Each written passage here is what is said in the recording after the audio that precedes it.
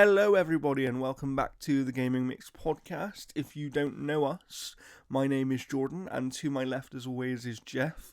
We are from analogstickgaming.com, a lovely website where we do reviews and news, and, please go and check us out. Jeff is doing the majority of reviews over there right now, because I apparently have been sort of dying over the last few weeks. I've been really, really ill, and that's why we haven't been around with the podcast again. I know that I promised you guys an Alan Wake 2 episode, which will be coming in a few weeks' time. We're actually going to get a guest on for that. And it's someone that people will know if they watched our previous show. So look out for that in a few weeks' time. But for now, we're going to today go through the Game Awards nominations, which came out recently. And we're going to talk about who we think is going to win, our experiences with a lot of the games. Maybe we'll talk about some predictions for things that might be shown there as well. That might be a fun little thing to do. But other than that, we've got a little bit of news to go through. And yeah, please, like, subscribe, share this episode with all your friends, because we're still building this thing, and I've seen a lot of the feedback about wanting consistent episodes and stuff. We're trying to do that as much as possible. Like I said, I've been a little bit ill, so that's been difficult. But what I am going to do to make things a bit more consistent is I'm going to start to aim for Tuesdays to get the episodes out. So when we record, an episode will come out on a Tuesday. Obviously, I can't guarantee that that's going to be every week for the reasons we've discussed before.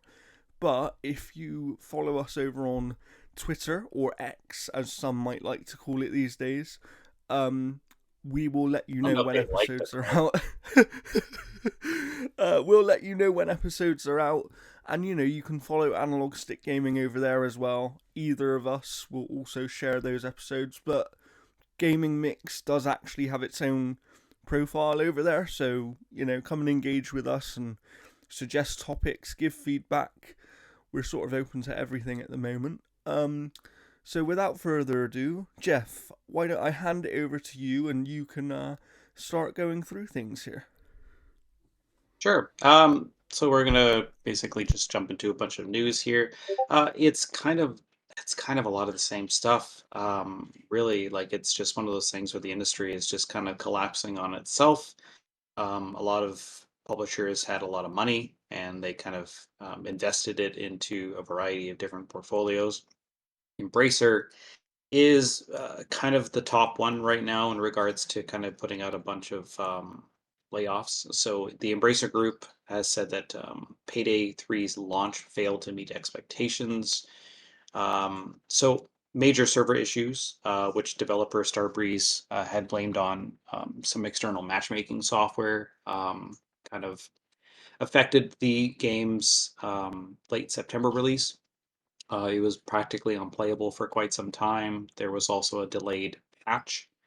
That one essentially, when they were doing testing, they were finding that it could have the chance of wiping your save data. So they basically delayed that as well, but they couldn't delay the launch.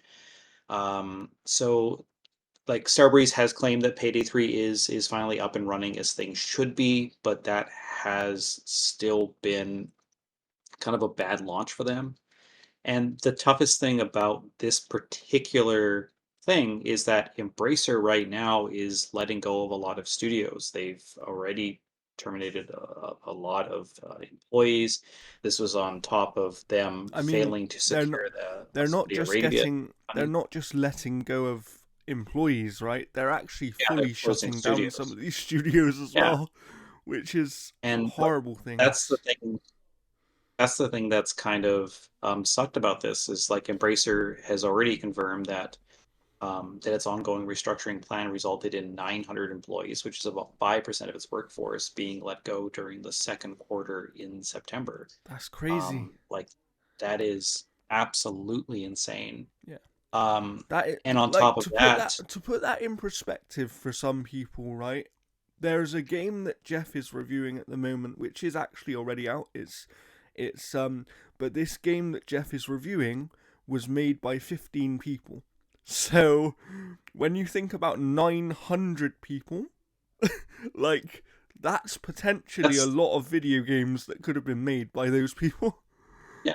Or one Assassin's Creed game. Like that's how many people like worked on like what Assassin's Creed Unity. Yeah. And look how that turned out. Um, yeah, so like that continues on to kind of like a companion news piece to that is that Embracer Group CEO Lars Wingforce has chosen not to deny reports that TimeSplitter studio Free Radical Design faces closure.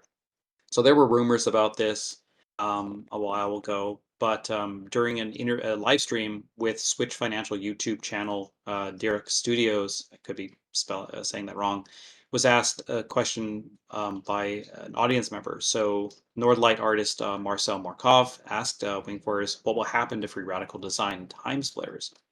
So this was translated by Markov for VGC, and Wingforce said, I can't say that there are many situations in workplaces around the world that will possibly lead to a restructuring. Then you have to conduct a union negotiation to take over other legal measures to complete something. This discussion cannot occur. That is my answer. So VGC reported last week that Free Radical is possibly at a threat of being closed by Embracer, which is just 2 years after they've established them. Now, if you don't know who Free Radical is, obviously they're the developers behind Time Splitters, but anybody who is a Time Splitters fan knows that those are previous members of the team of Rare that worked on GoldenEye. So, and Perfect Dark, like this is a storied developer. Like I would love to see Microsoft to say, hey, we'll just buy Free Radical, something like that. So Embracer doesn't deny that Free Radical is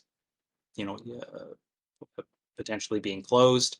Now, according to, as required by UK employment law, Plyon, the Embracer division which runs Free Radical, they must contact and consult employees within a month of making any redundancies, including exploring ways of avoiding them.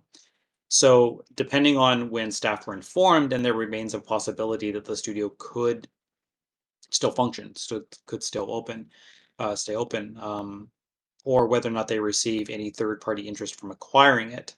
However, BGC's analysis of LinkedIn and social media showed that within 24 hours leading up to the report's publication, at least 15 employees from Free Radical had already posted on their Indeed and social media that they were looking for work. Um, so it's hard to say. Like people have really been wanting a Time Splitters game to come back. That was kind of the last DNA of GoldenEye, to kind of exist. And you obviously want developers to kind of thrive and have the creative, juices and funds to essentially make those dreams come true. And I would love to see a publisher step in and purchase Free Radical, whether it's Microsoft, whether it's EA, because I think EA published Time Splitters Future Perfect. I'm not I sure. think. I can't remember who published it, but I would agree with you because this is the thing. I've thought this through the whole Embracer process, honestly, of what's been Yeah, going on EA. recently. But with like with them closing down all these studios and stuff, there was a part of me where it was like, if you're gonna close them down anyway, why not try and sell them? Because there are companies out there that would buy these studios, especially if you And sold them, they need money. and especially if you sold them with the IPs that they're working on. So, you know, Time Splitters. What was another studio recently that got hit really hard, and I think there's been some talk about them shutting down one of the Embracer studios as well. Was it the Saints Row guys? Yeah, Volition was shut down. Like you could sell. And it's like, I'm telling You you could now, sell it. I know that Saints Row hasn't been the most successful thing in recent years, but that IP does still have some value. You could have sold that studio and that IP for a decent amount of money, and that would actually help to solve a lot of the issues that Embracer is having right now.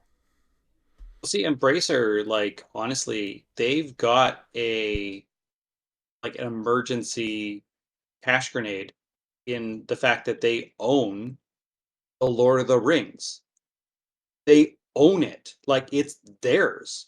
So like you could literally sell that thing for like 2 to 3 times what they paid for Yeah, yeah. and solve their cash flow like entirely. One thing I will say, and this is just purely speculation on my part. Oh, cat, lovely. Hello. Censor that. um, One thing I will say is I really do think, and it's speculation, but I think it's speculation that comes from a place of education about this relationship.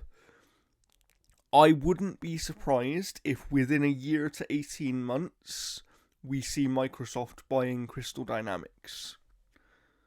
Yeah, I mean the relationship they've had with them kind of taking on the development lead for Perfect Dark, Yeah. their quadruple A game. And I mean, Um, and the other thing is, let's remember that we did hear that Microsoft had some interest in buying Square's Western division anyway before all of the ABK stuff. So, And Crystal Dynamics is a massive pull for them yeah. because they like honestly like you can say what you say about like the Avengers and whatnot and stuff like that, but I mean it was still a competently made Yeah. game, Yeah. like visually and It stuff like they're wasn't fantastic exactly studio. a disaster, right? It was just not as good as people had hoped for. Um and it's not Yeah. the type of game that people wanted, but the other thing is every single studio in existence will make a bad game at some point. That was Crystal's bad game. If we go back before that, they made some really strong Tomb Raider games that people love, and I tell you now, how Embracer got those studios with that group of IPs for the money they paid for them is beyond me. Because Yeah.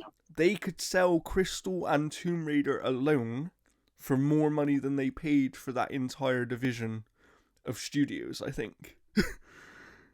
Yeah, it So, was almost like Square Enix was like looking at the check and thought there was a couple more zeros on it and then signed it and go like, "Oh, wait, no. Oh, shit." it was, it Like was that's because it felt like I that. can't remember the exact money, but I think it was something like $350 million that they paid for the whole division, and it was like, really, it was an amount of money where people went, really, like people were actually shocked, and this is what I'm talking about with Embracer. They have stuff that is worth a lot more Yeah, money than they 300 paid mil. for. That's crazy to me.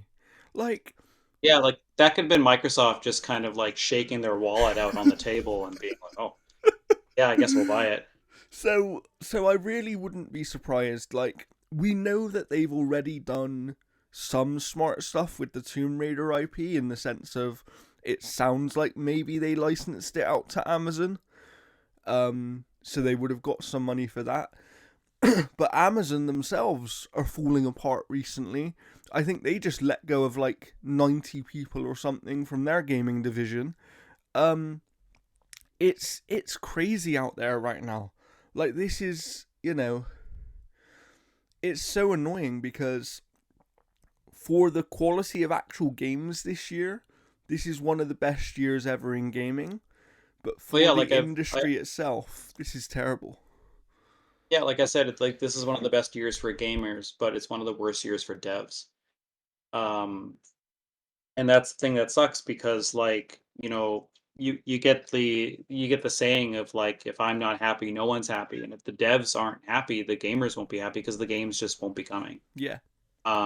And that's the And thing that sucks is like how and this industry's run. and the weirdest thing is, this is why I understand people's um shall we say, apprehension about kind of consolidation of certain things and acquisitions. But to me, what this entire situation kind of proves is that if it's the right people buying the companies, it's a positive thing. If it's the wrong people, then it can be a real negative. Right now, Embracer feel like they were just people that were kind of, oh, let's hoard all this stuff and then not really know what to do with it, bite off a little bit more than we can chew, to the point where one deal falls through and we have to start closing things down. You know, I don't think people are going to have that same concern over a company like Microsoft, because a deal falls through like for Microsoft and all they have to go and do is buy a new wallet, right? It's like them losing their wallet. Do you know what I mean? It's Yeah, Embracer has just been it's just hasn't been run well. yeah. Like you got to figure like how much money that they kind of spent, um, They spent a lot and of like money on the back of why they hoping to didn't get this sell $2 billion deal, Volition. right?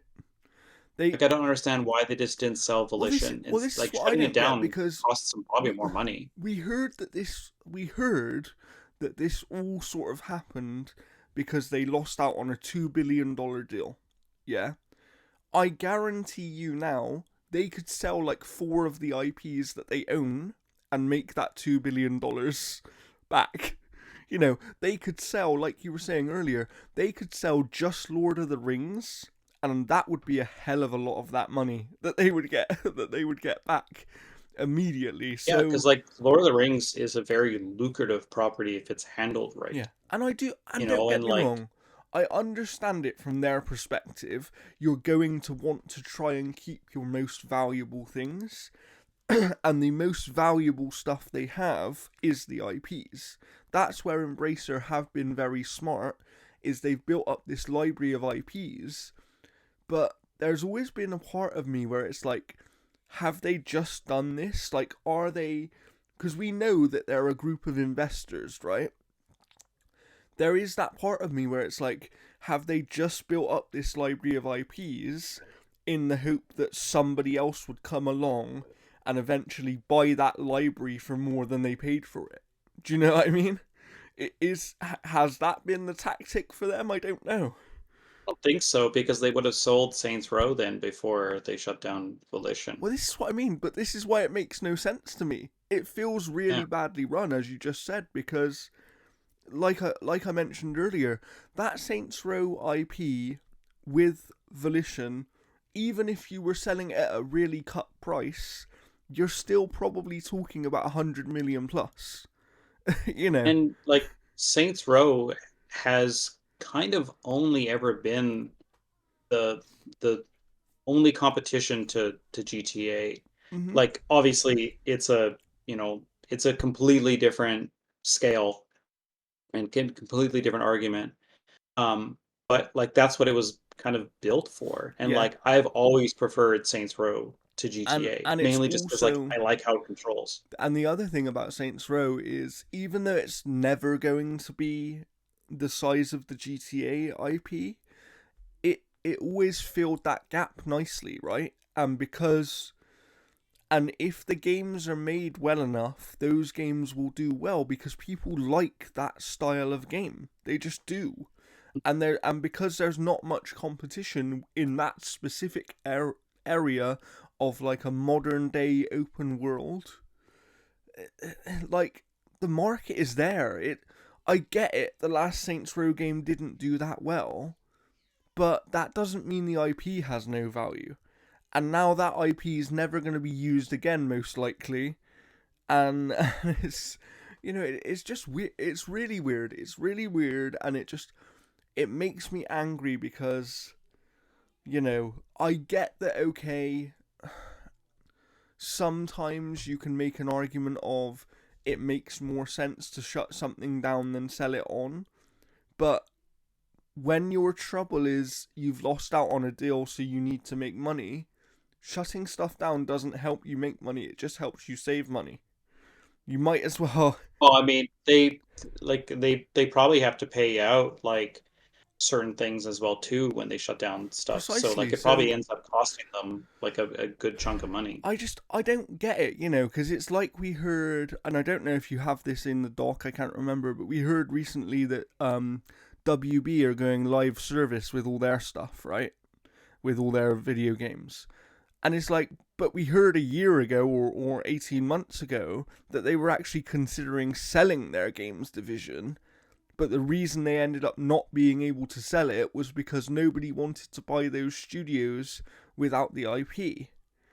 I Hmm. understand that as a problem for them specifically because Because it's those. their IP. Yeah, so I You understand know. that as an issue. But for Embracer, they own so I think it's over 100 IPs now that they own or something like that. Letting go of two, three, four IPs and a few studios isn't going to hurt them that much, and actually it would help them to keep all these businesses open. And the sad part of it is, and maybe this is just me, but I actually think that when Embracer Group and their studios get the games out there, they actually make some pretty good games. Okay, they're not going to be the best games in the world, the best games that you've ever played, but they do make some good games. And it's such a shame, especially the time splitters. Like that makes me sad, that one. And the thing too is like, you know, each studio that they're terminating employees for, the release dates for their games aren't changing. So that means that the teams are going to have to work a lot harder, crunch and essentially get that stuff going. Um, and that actually kind of leads us into our last news piece. And that is that Call of Duty Modern Warfare 3 was apparently developed over the course of 16 months. So, Yes. over a dozen current and former Call of Duty developers have told Bloomberg that the project initially started life as an expansion to last year's Modern Warfare 2. The story comes from VGC, which would have taken place in Mexico and have been available achievable in that time frame. However, it's claimed that Activision executives later rebooted the project, telling developers that it would be a full-blown sequel alongside the yearly release that we've seen for Call of Duty for quite some time. So the some staff reportedly had to work nights and weekends to finish it, feeling like they've been let down and promised that this type of crunch wouldn't happen before, especially since Call of Duty Vanguard was made under a similarly constrained development cycle. Um, Developers have also expressed frustration at having to seek content approval from original Call of Duty developer and Modern Warfare subseries creator Infinity Ward, a process which reportedly is inefficient and sometimes result in significant and unwarranted changes having to be made. So even though Call of Duty is being made by all these different studios, Infinity Ward is still getting final say on stuff, which Yeah. is kind of the And same type of thing you especially get with like and from my understanding as well is they especially get final say on anything with the Modern Warfare name in particular. yeah. And I think that because this was obviously billed as Modern Warfare 3, but I want to go in a different direction for a second while we talk about this story. This is exactly why pretty much every single person that works for Activision Blizzard or King is happy about this acquisition that's happened, because this should never happen again. Like, there's no reason for this. This game was meant to be a DLC, hence the shorter development time. And basically, some people in suits have decided, oh no, we can't go a year without a full Call of Duty release. So we're going to just make this one a full Call of Duty release. So now you all have to work more time. And you have no Yeah, choice. and they're selling off the like the fact that it's like a sequel and stuff like that. But they're like, oh, for the first time you can carry over like your weapons and skins and stuff like that. And that's because like I was It's because watching it's Giant basically Bomb a play DLC. it. I was watching Giant Bomb play it, and they were playing Warzone or whatever in the Modern Warfare 2 client. And then when they needed to play multiplayer, it had to then load the Modern Warfare 3 client. Like it's such a clusterfuck. It is absolutely ridiculous. Um, Kind of how they've run and this. and, and what I hate about it as well is now the people who have developed this game, if we can call it Yeah. that, the people who've developed this are now getting a lot of hate online because, oh, this isn't really good enough. You know, the campaign's 3 hours. It's basically not a campaign in the Oh yeah, traditional publishers sense. throw devs under the bus And it's just like like on days that end in these Y. devs, if you actually read into it, and I implore you to do so, because a lot of these devs didn't even want to make this game. They thought they were making a DLC, and that's what they wanted to make. That's what they had Yeah, signed up to do. And making a DLC is so different than making a fully fledged game. Like, it just is. Because when you're making a DLC, you're using existing assets and you're just doing something that is additive, right? Whether that be, for most of the time. example, if we take it as just the campaign, which is probably what this was originally meant to be, it was probably originally meant to be, oh, let's do a campaign that is 3 to 4 hours long that kind of adds to the story but isn't a fully fledged sequel. In a DLC sense, this game would have been. First of all, when something is a DLC, critics look at it completely differently. So that would have helped the reception to this game. And the second thing is, when it's a DLC, people go in knowing what to expect. When you're Mm. starting to then charge full price because you want to make this thing a full release when it was never intended to be one, like, you're causing a bit of a problem. And this is why, you know, Assassin's Creed Mirage, which came out recently, that was originally conceived as a DLC, but it did grow and it got bigger in scope, but it didn't get so much bigger that Ubisoft were stupid enough to go, oh, let's charge full price for it. They're not, you know, they did the smart Well, thing. it was like $10 cheaper, but I get you. You But what I'm saying is they did the smart thing in the sense that they used the marketing and they used the pricing of the game to set the expectation around what that game was. With Call of Duty and Modern Warfare 3, Activision wanted every single person to think, "Oh yeah, this is a brand new fully fledged game," and that Mm. isn't what it is. I don't blame the developers for that though. Maybe that's just me, but I do Well, not blame.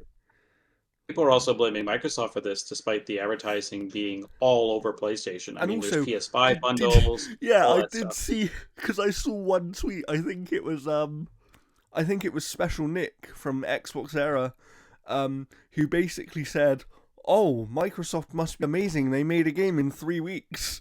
You know, it's just like all of a sudden, 3 weeks later, it has to be their fault because they own them now. Let's be real, people. Let's forget console wars for once in our lives. This is nothing to do with Microsoft. It's not really anything to do with the people actually making the game. It's to do with the business people. It's to do with the executives who care more about money than anything else, right? And it's just such a shame. And it the one part of it is that it makes me happy for these developers going forward because I don't think it can get any worse than this, right?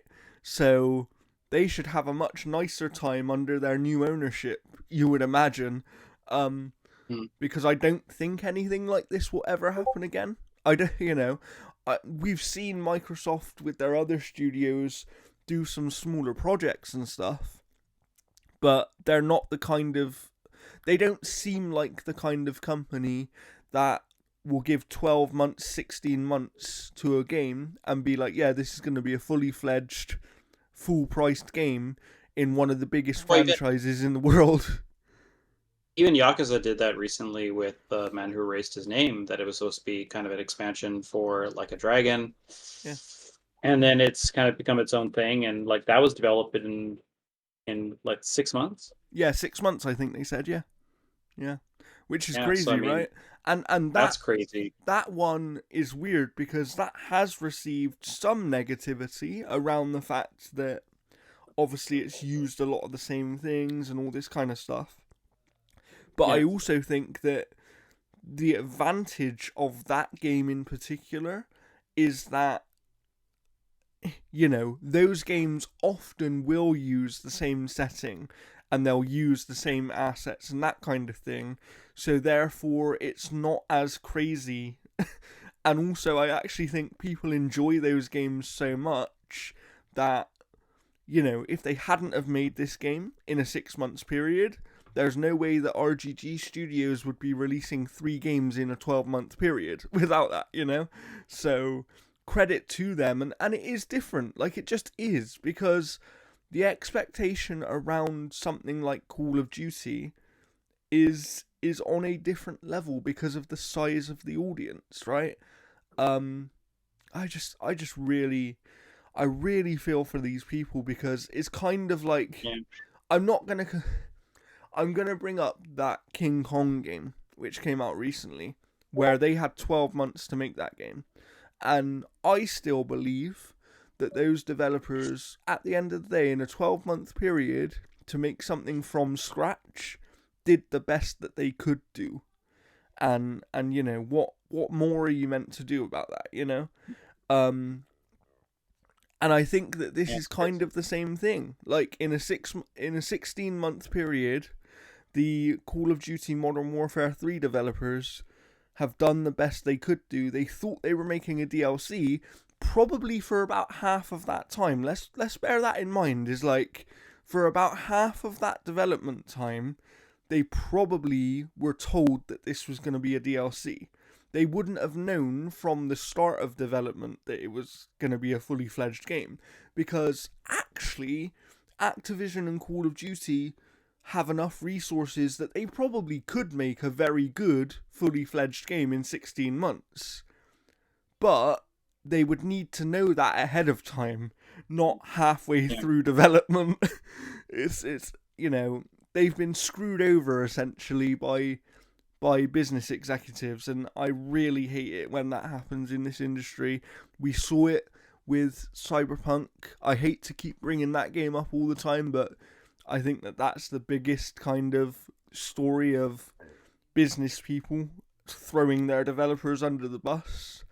And we've sort of seen it again here, and it is a real shame because people love Call of Duty, and my understanding is people have still enjoyed this game and they've enjoyed what is available there, but it's just like, you know, would anyone have enjoyed it less if you had made it a $40 DLC?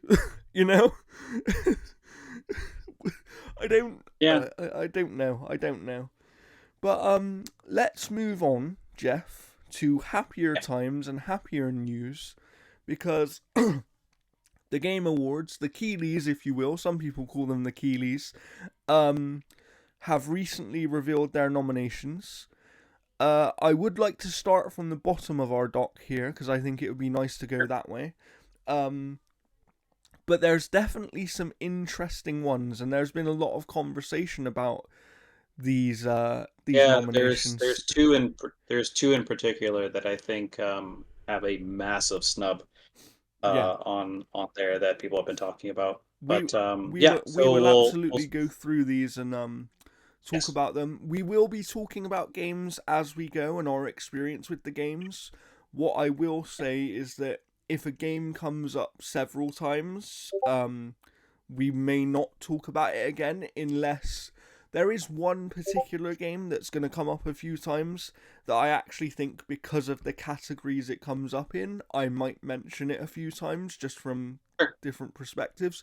But for most of it, we're not going to talk about a game more than once, so just bear with us as we go through these and talk about the games and predict our winners. And for people that don't know, basically, we're going to both predict the winners here, and whoever gets the most right will have a deciding vote in the event of a tie in our own personal Game of the Year episode towards the end of the year. So look out for that.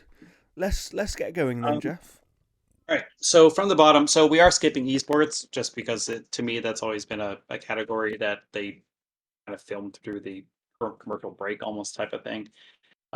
That and I don't think either of us really have any knowledge of esports or kind of desire to kind of go through those.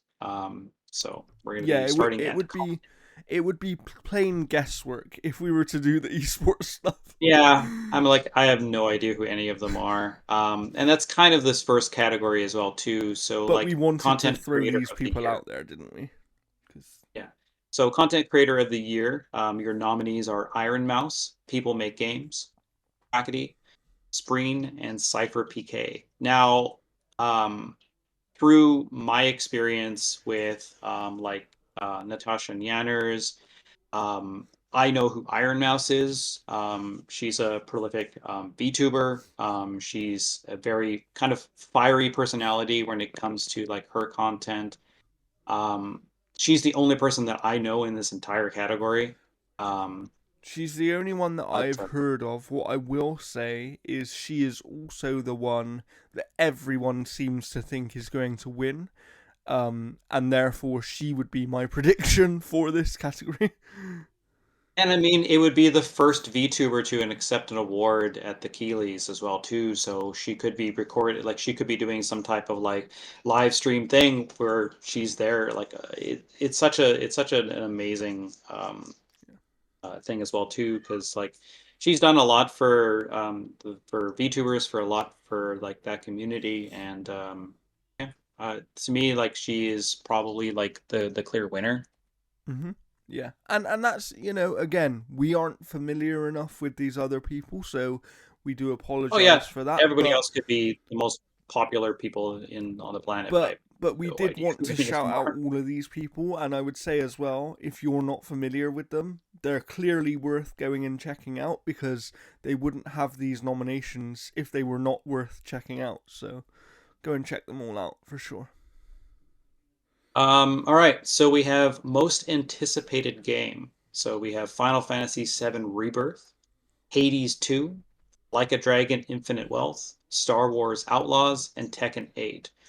Now, for me, the top two, without question, are Final Fantasy VII Rebirth and Hades 2. The other three games, wildly popular, but I don't think anyone is looking at Tekken 8 or Star Wars Outlaws as being like the most must Un- play, unless you're most anticipated. unless you're a massive Star Wars fan, I don't, For sure. I think But there's a lot of uncertainty for that game yeah. to be What I anticipated. would say is I do find it interesting that this award in particular, um, and Jeff clarified it on their nominations video. He said that they had to be like these games have to be games that have actually been announced. It can't be like, so for example, they couldn't have had GTA 6 in here, but if they had Yeah, had GTA 6, we all know that that would have won. um um probably. I find it interesting because for me, I am really highly anticipating Final Fantasy VII Rebirth. Hades 2 is kind of probably third place for me out of all these games, but that's just because as much as I enjoyed the first game a lot, I didn't love it in the same way that a lot of other people did. Um and I don't know, we spoke about, RGG Studio just previously, but they've done such phenomenal work recently, and Like a Dragon or Yakuza 7 Like a Dragon, which is now the Like a Dragon franchise, um, sort of blew me away and is probably my favorite turn-based game that I've ever played. Um, and therefore it kind of pushes Infinite Wealth really high in terms of my anticipation for that game because that is just a cast of characters that I loved being around. Um, However, if you were to ask me who I think is going to win this award, I think that without question it's Final Fantasy VII Rebirth. Yeah, I think honestly that's my pick as well. But if Hades 2 wins it, I will not be surprised. The fanfare for Hades is Absolutely. massive. I mean, this is the first sequel that that team has Supergiant. made. Yeah, yeah.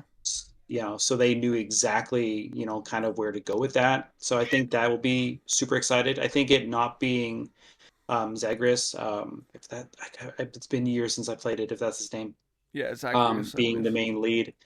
I think that might sour it a tiny little bit, but I think everybody is going to that game for like the gameplay and the relationships and all that kind of There stuff. is a So there's a small bit of news that I've just remembered. Sugar.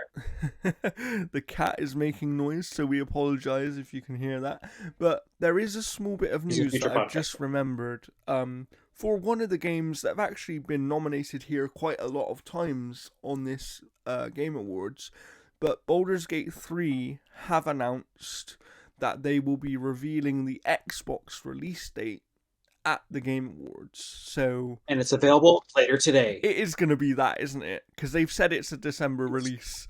it's totally going to be that. Like they've also announced like they're doing like a physical edition of it Yeah, that's going to be coming out in yeah, whatever.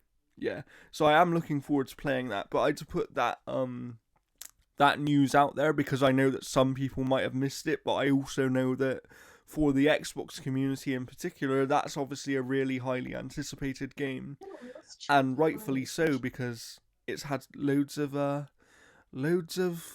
nominations, you know, so it's clearly a great game. But let's move on with the next category, Jeff. What have we got? Okay, so next category is best multiplayer presented by Discord. So we have Baldur's Gate 3, Diablo 4, Party Animals, Street Fighter 6, and Super Mario Brothers Wonder. Okay. So we'll start from the top here. This is where we're going to start getting into a bit of a deep dive here. So Baldur's Gate 3, it has co-op throughout the entire game. You can play four-player co-op. Basically, what it is that the host has their set character and then their secondary party. Your co-op partners take advantage of that existing party. So they're not bringing their own characters, they're playing within that party. The whole game can be played in co-op. You can play split screen on every platform except for Series S. However, the split screen on the PS5 version runs extremely poorly. Now, the Series S version has allowed developers to get a lot more power out of the particular game. So that could see an improvement and possibly even the addition of that mode. So I think Baldur's Gate 3 has some significantly amazing multiplayer. I don't see them winning this one. Diablo 4, again, you can go through the entire campaign in co-op. That has always been a pretty fantastic thing. Playing with friends, that game is certainly better that way. Um, Party Animals, I mean, this is another game that's kind of like Gang Beasts, where basically you Yeah. have a bunch of like little floppy multiplayer characters, like whipping and throwing and punching people. So that has always been fun. But you have also Street Fighter 6, which is the most pretty much feature complete Street Fighter game out there. Obviously, it's had some controversy with some of its multi microtransaction practices and the fact that people want skins for the main roster and not for their created character. But the multiplayer parts of that is great. The tournament stuff that has been going on with that game has been substantial. That's again like I differentiate esports from multiplayer. Yes. So like multiplayer has still been extremely good. Like I watch a lot of Justin Wong playing that game when he's streaming and he's playing against like just people in his community and stuff. So the multiplayer has been pretty solid on that game. You can go into like the hub and see everybody's costumes and all that kind of stuff, and that's just been pretty decent. Um, However, Super Mario Brothers Wonder, I haven't played this, but I have watched a lot of Giant Bomb play it. And the thing that's really cool about the multiplayer is there's two types of multiplayer.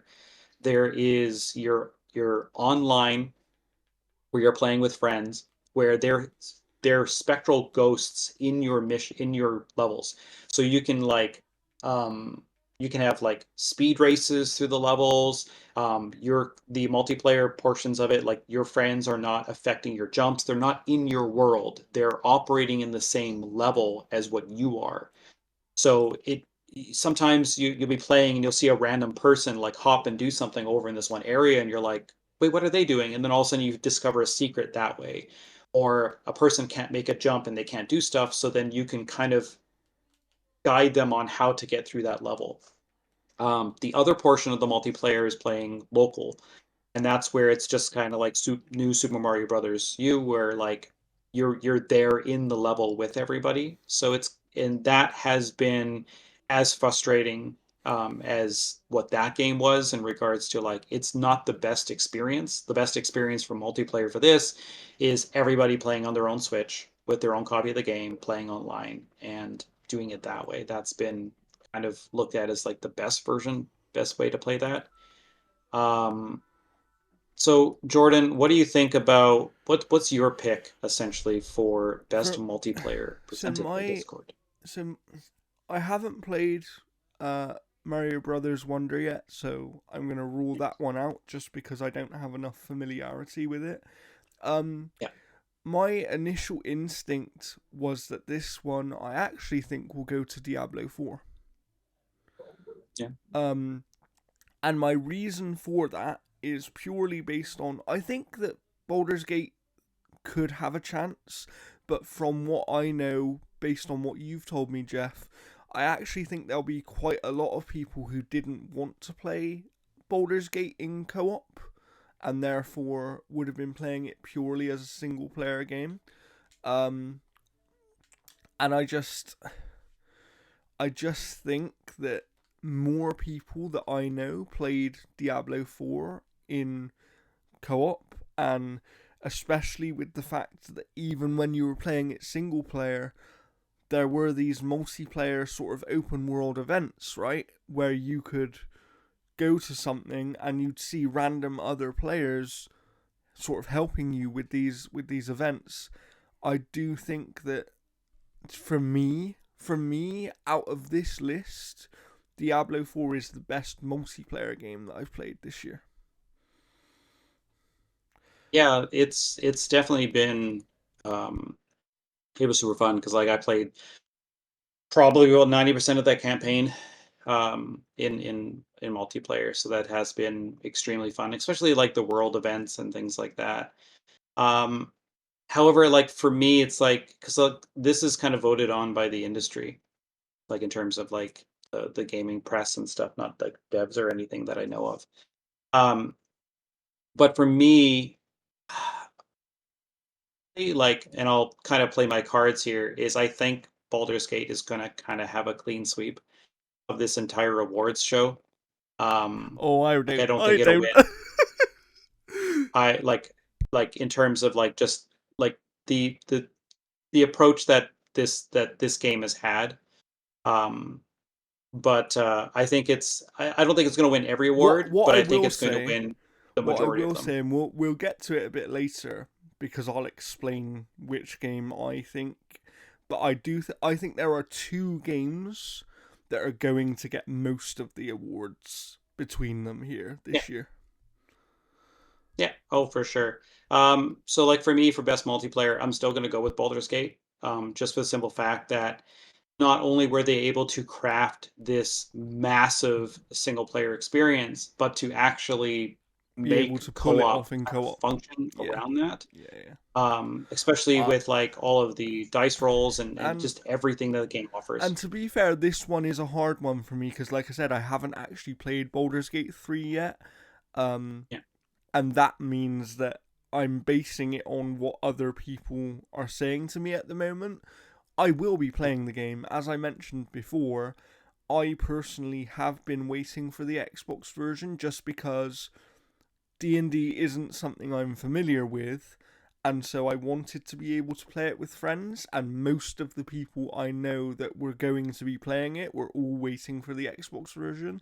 So it was just like I might as well wait, and and it's one of those funny things because I've actually got £45 sat in my PlayStation account right now. So for an extra £10 I could get Baldur's Gate 3. I could essentially get Baldur's Gate 3 for £10, but instead I'm going to wait for the Xbox version and buy it there because that's what you do sometimes with these with games like this is one thing I will say. With co-op games especially, I find that if it's a game I know I want to play in co-op, I will buy it wherever people I know are playing it. And I think you, Jeff, originally you were waiting for the Xbox version, and then you obviously ended up playing it on PlayStation there. Yeah, mainly just to kind of have a review built around the time that we got a code for the PC version, and then that fell through unfortunately for reviewing. So I didn't want a big massive month delay from having Of that. So I just course, out of pocket bought it. of course, but clearly this game is a special game, and I do agree with you actually that being able to do such a massive single player game with so many kind of variations as well in terms of what can actually happen, and being able to pull that off in co-op in a way that is, from what I understand, kind of as seamless as possible in that situation. um those devs do deserve massive credit. For me, I think that this award often will come down to, of all of these games, which one of these games are more people playing in multiplayer. And based on the discussion around the games, I think that more people in the media seemed to play Diablo 4 in co-op than they did Baldur's Gate 3. A lot of people I know who were playing Baldur's Gate 3 were playing it completely on their own. There were a few who played it with streamers and stuff. Like, I know that Gary Witter, for example, had a massive group of people that he was playing the game with. Um, but yeah, the majority of people I know were playing Baldur's Gate 3 completely on their own.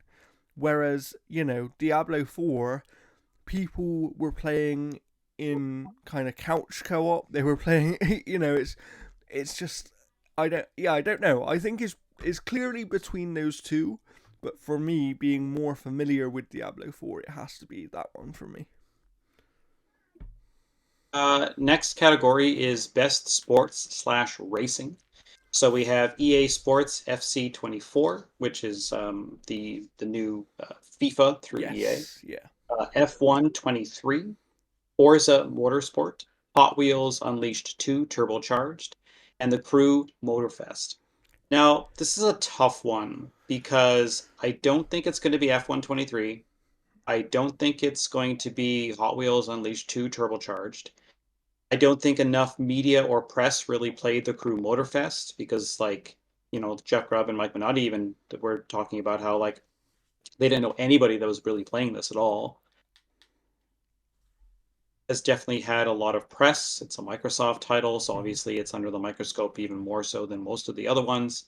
And EA Sports FC 24 is FIFA. It's a absolute juggernaut. Yeah. What? Um, So, I want to put something in here before you make your prediction. yeah, I actually reviewed 3 of these games. One for us and then 2 for Outer Haven. Um, yeah. I think there's a clear winner in this category. Like, I don't think it's even questionable, really. Um, the main reason for that is because I do agree with you about a lot of these awards will depend on how many people have played them and that kind of thing, right? I think the one issue that EAFC has is that ultimately it's still FIFA. And I think that a lot of media tend to gravitate towards the game that have some level of improvement, right? Rather than, oh, this is kind of just the same game again. And I think FC 24, unfortunately for them, falls into that camp. So I certainly don't think that is going to be the winner. But what do you think, Jeff? Who are you going for here? I mean, out of all of this entire list, the only one that I can see is probably Forza, just because like the hype, Yeah. just because like the level of quality that game is done. Like I know Mhm. like a lot of people don't like the RNG progression systems and stuff like that. Yeah. Um, I but also think the other thing to remember with Forza is there is going to be some element of recency bias, because recency bias just Sure. does exist, whether we want to admit it or not. But also the other part of it is that game has actually improved significantly, even in the short time since launch. I mentioned it in my review how one of the biggest complaints that people had was the original level cap for how high you had to level your car in order to unlock all the car parts to be available to you. Yeah. They actually halved that level within like a week of the game coming out. And it's because they're listening to feedback and they're improving the game as And much as possible. it's meant to be a platform for the future as well too. It's Yeah. not meant to be kind of sequelized, so they have to kind of make those improvements to make And it. it's one of the things they talked about as well during development and also marketing of the game. But building the game from the ground up, what it's allowed them to do is make the game more easily updatable. So they can actually add things to the game much easier than they could before. And we've seen recently they've just added a batch of new cars. They've added because like certain tracks in the game will have. So for people that are unfamiliar, a racetrack will often have 2 or 3 different versions of the track based on what type of racing they're doing. And so they've added a few different versions of existing tracks to the game, like longer or shorter versions. They've added a couple of new tracks already. They've, Mhm. in a way, I was actually surprised that this game wasn't up for best multiplayer because they've done some really good stuff with the multiplayer. But yeah, I think personally it is the clear winner in this category, and I think there's a couple of reasons for that. I think not only is the first that it's a very high quality game, like even people who haven't loved it are still rating it very highly, and they can still see the potential in it as a platform. But also, it's the only one. It's the only one of the bigger 3 games here that isn't a yearly franchise, and therefore I think it's offered a more significant step in terms of quality of game improvement compared to the last game. I reviewed F123 as well, and like I've reviewed all the F1 games for a couple of years now, and the issue that those games have is never a quality issue. They are fantastic games, and technically, they're probably the best racing simulation games available on console. But because they're so good and they have been for so long, and they're a yearly franchise, they never improve that much because they don't need to. And I just think that the people voting on this award are more likely to go for which game feels like a bigger improvement over the last game. And to me, that the answer to that question is Forza Motorsport. Yeah, so I think we're both on Forza there. Yes. So next one here is best sim/strategy game. So we have Advance Wars 1+2 Reboot Camp, Cities Skylines 2, Company of Heroes 3, Fire Emblem Engage, and Pikmin 4. Now, I've only played Fire Emblem Engage. I thought it was average. I don't think it is going to like if it wins this, it's just because of popularity, but I don't know a lot of industry folk that really play this. I know a lot of people were um really high on Pikmin 4. I know like I think Jeff Grubb has said that so I that's kind of so been his game of the year. I haven't played Pikmin 4 yet, but I feel like Pikmin 4 shouldn't be in this category. It's a strategy game. It is, this is the problem. I think a lot of these categories are actually too, and this is a wider conversation we can have, but I think a lot of these categories are too wide because to me, Pikmin 4 in the traditional sense is not a strategy game. It's more like a It's an puzzle game, RTS. right? It's more like a It's, puzzle it, game. Kind of, but it's still an RTS. You're commanding units of different colors to essentially perform tasks. Yeah, that's true. That's true. That's a good point. Maybe it will win. Like is a weird one because I haven't actually played any of these games. I am familiar enough with most of them to kind of make an educated guess. My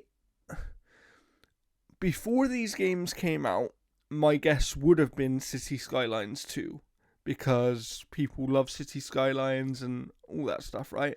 The problem is, from my understanding, City Skylines 2 had quite a few issues at launch and therefore it it affected the reception of the game. So I do think, having said that what will probably happen is this award will go to Pikmin 4, and I think it will be because more people have played Pikmin 4 than the others, and therefore they will vote for that. We've seen it before, and I think that this is actually one of the issues, and I don't know if you agree, Jeff, but I think that this is one of the issues with how the Game Awards decides their winners, is that these awards essentially become a popularity contest at a certain point because it purely comes down to who has played more of these games, and they don't do it the traditional way that you might expect. So, for example, with the BAFTAs, I know that what happens there is they will have a judging panel that is specific for each award, Yeah, and they will give that judging panel access to every nomination within their category, and they yeah, then can play all of those games. So the judging panel is kind of the same. Like with the BAFTAs, is a little bit more. They try and make it a little bit more expert in the sense of, if you're someone who knows about music, you will be judging in the music category, things like that. So it's not just general media voting on yeah, every category, but I think that, like I said, the problem with having media vote and having media who aren't voting on specific categories as well, it ends up with this situation where I would love to know how many of these outlets look at some of these awards at least and go, oh, we've only played like two of these games. Let's just vote for whichever one we liked more, even if we don't know. Do you know what I mean? And it becomes this popularity thing, and it's pretty frustrating because I just wonder, like, for example, this is why, and Dice Awards has its own problems, but Dice is voted on by devs, and I would love to know that if developers were the ones deciding the Game Awards every year, I would love to know who the winners would actually be from the nominations, because I feel like it becomes less of a popularity contest. And I'm not advocating for devs to be the judges of these awards, but I yeah, do think there has to be a better way to do it than what Keeley does currently, which is, let's just grab the biggest media outlets in the world, and each media outlet essentially gets one vote, regardless of how many people work there, per an award, and they have to vote on all categories. They can choose not to vote, obviously, um, but that creates issues in itself. And then they've got the weird thing where a certain percentage of the votes is the fan vote, but really my understanding is that only comes into play if there's actually a deadlock between the media, where if there's yeah. like Plus, fans have shown that they can't be responsible with those types of votes, anyways. yeah, so it's it's it I think there has to be a better way of doing things that makes it less of a popularity contest. And for me, the way to do that would be take somewhat of a leaf out of BAFTA's book and have it be that you have a specific group of judges for each award, and those judges get access to the games that are nominated in their award ahead of time, so that, and I think David Jaffe recently said what they should do is they should have a way to track how much each judge has actually played of these games. And if they haven't played at least 50%, his thing was if they haven't played at least 50% of every game in an award that they're voting on, they shouldn't be able to vote. Because they're at that point, they're not actually voting based on what the award is for, they're voting based on popularity of the game. I don't know if I Yeah, agree with him about the amount that they should have to play, but I mean, he says a lot of things. I certainly think that they should have to play every single game in a category. Yeah, I don't think there's a clear fix to a lot of it. Just because like you take a look at a lot of the same games kind of winning at the same award shows. So I think widening the nomination pool for certain things and who's voting is sometimes not going to work. Just because you're still going to get a lot of the same big games that are going in. Yeah, yeah. Because I think like when you get down to it, and this is the thing as well, right? Is every form of judging for an award actually has its own issues, because what you'll find is an expert panel at the BAFTAs, they will still have some sort of level of bias inherently built into them. Same thing with devs, like, and I'm not criticizing anyone specifically here, but I know for a fact that with the DICE Awards, there are certain games that get an award because it's very much like, oh, well, we're not giving it this other award, but it is good enough that it deserves an award, so let's give it this one instead. And I think that that's the issue with having devs vote on stuff, is that devs want to reward other devs. Do you know what I mean? So I think it's really hard, for sure. what is your vote for? Because I'm like, for me, it's like I'm going for Pikmin 4 just because the conversation around that game has been like that. This has been an absolutely fantastic Pikmin game. So I will go with you on that one. I think the actual winner will be Pikmin 4. Yeah, I'll go with you. All right, so we're gonna go best family game. So we have Disney Illusion Island, Party Animals, Pikmin 4, Sonic Superstars, and Super Mario Brothers Wonder. There's For one winner me, here, Super right? Mario Brothers Wonder. Yeah. Super Mario Brothers Wonder is hands down going to win it, even though it has like the annoying multiplayer that Super Mario Brothers, new Super Mario Brothers Wii U had, where you were kind of like almost like frustratingly playing in competition to people and bouncing everybody around. But the multiplayer in that game is phenomenal. Mario is obviously a major family thing. Sonic Superstars has been not well received in any respect. Pikmin 4, I don't know, like family game. I don't see that one really. Party Animals maybe, but I don't think it has the pull of the judges. And Disney's Illusion Island has been reviewed well, but I don't see it beating Super Mario Brothers Wonder. I think I that is agree. I just a think the reason I think that Super Mario Brothers Wonder will win this one is because I don't think it wins any. It's not going to win really anything else. I don't think so.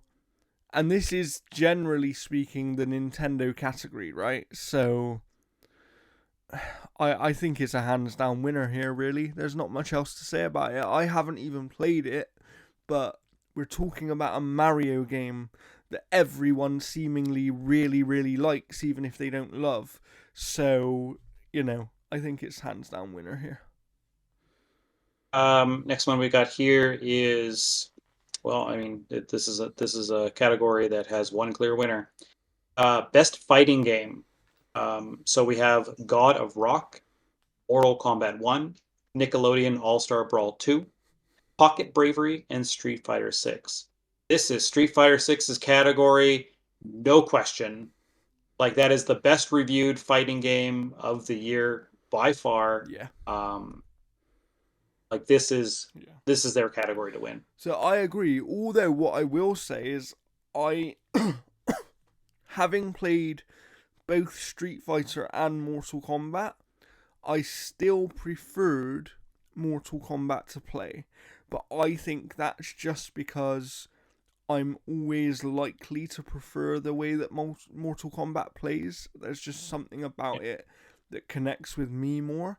However, I do think if you look at the overall reception of all these games, I actually think Mortal Kombat 1 has one of the worst receptions in this category, in the sense of it was very much deemed as, yeah, this is a good game, but it's not as good as the last one.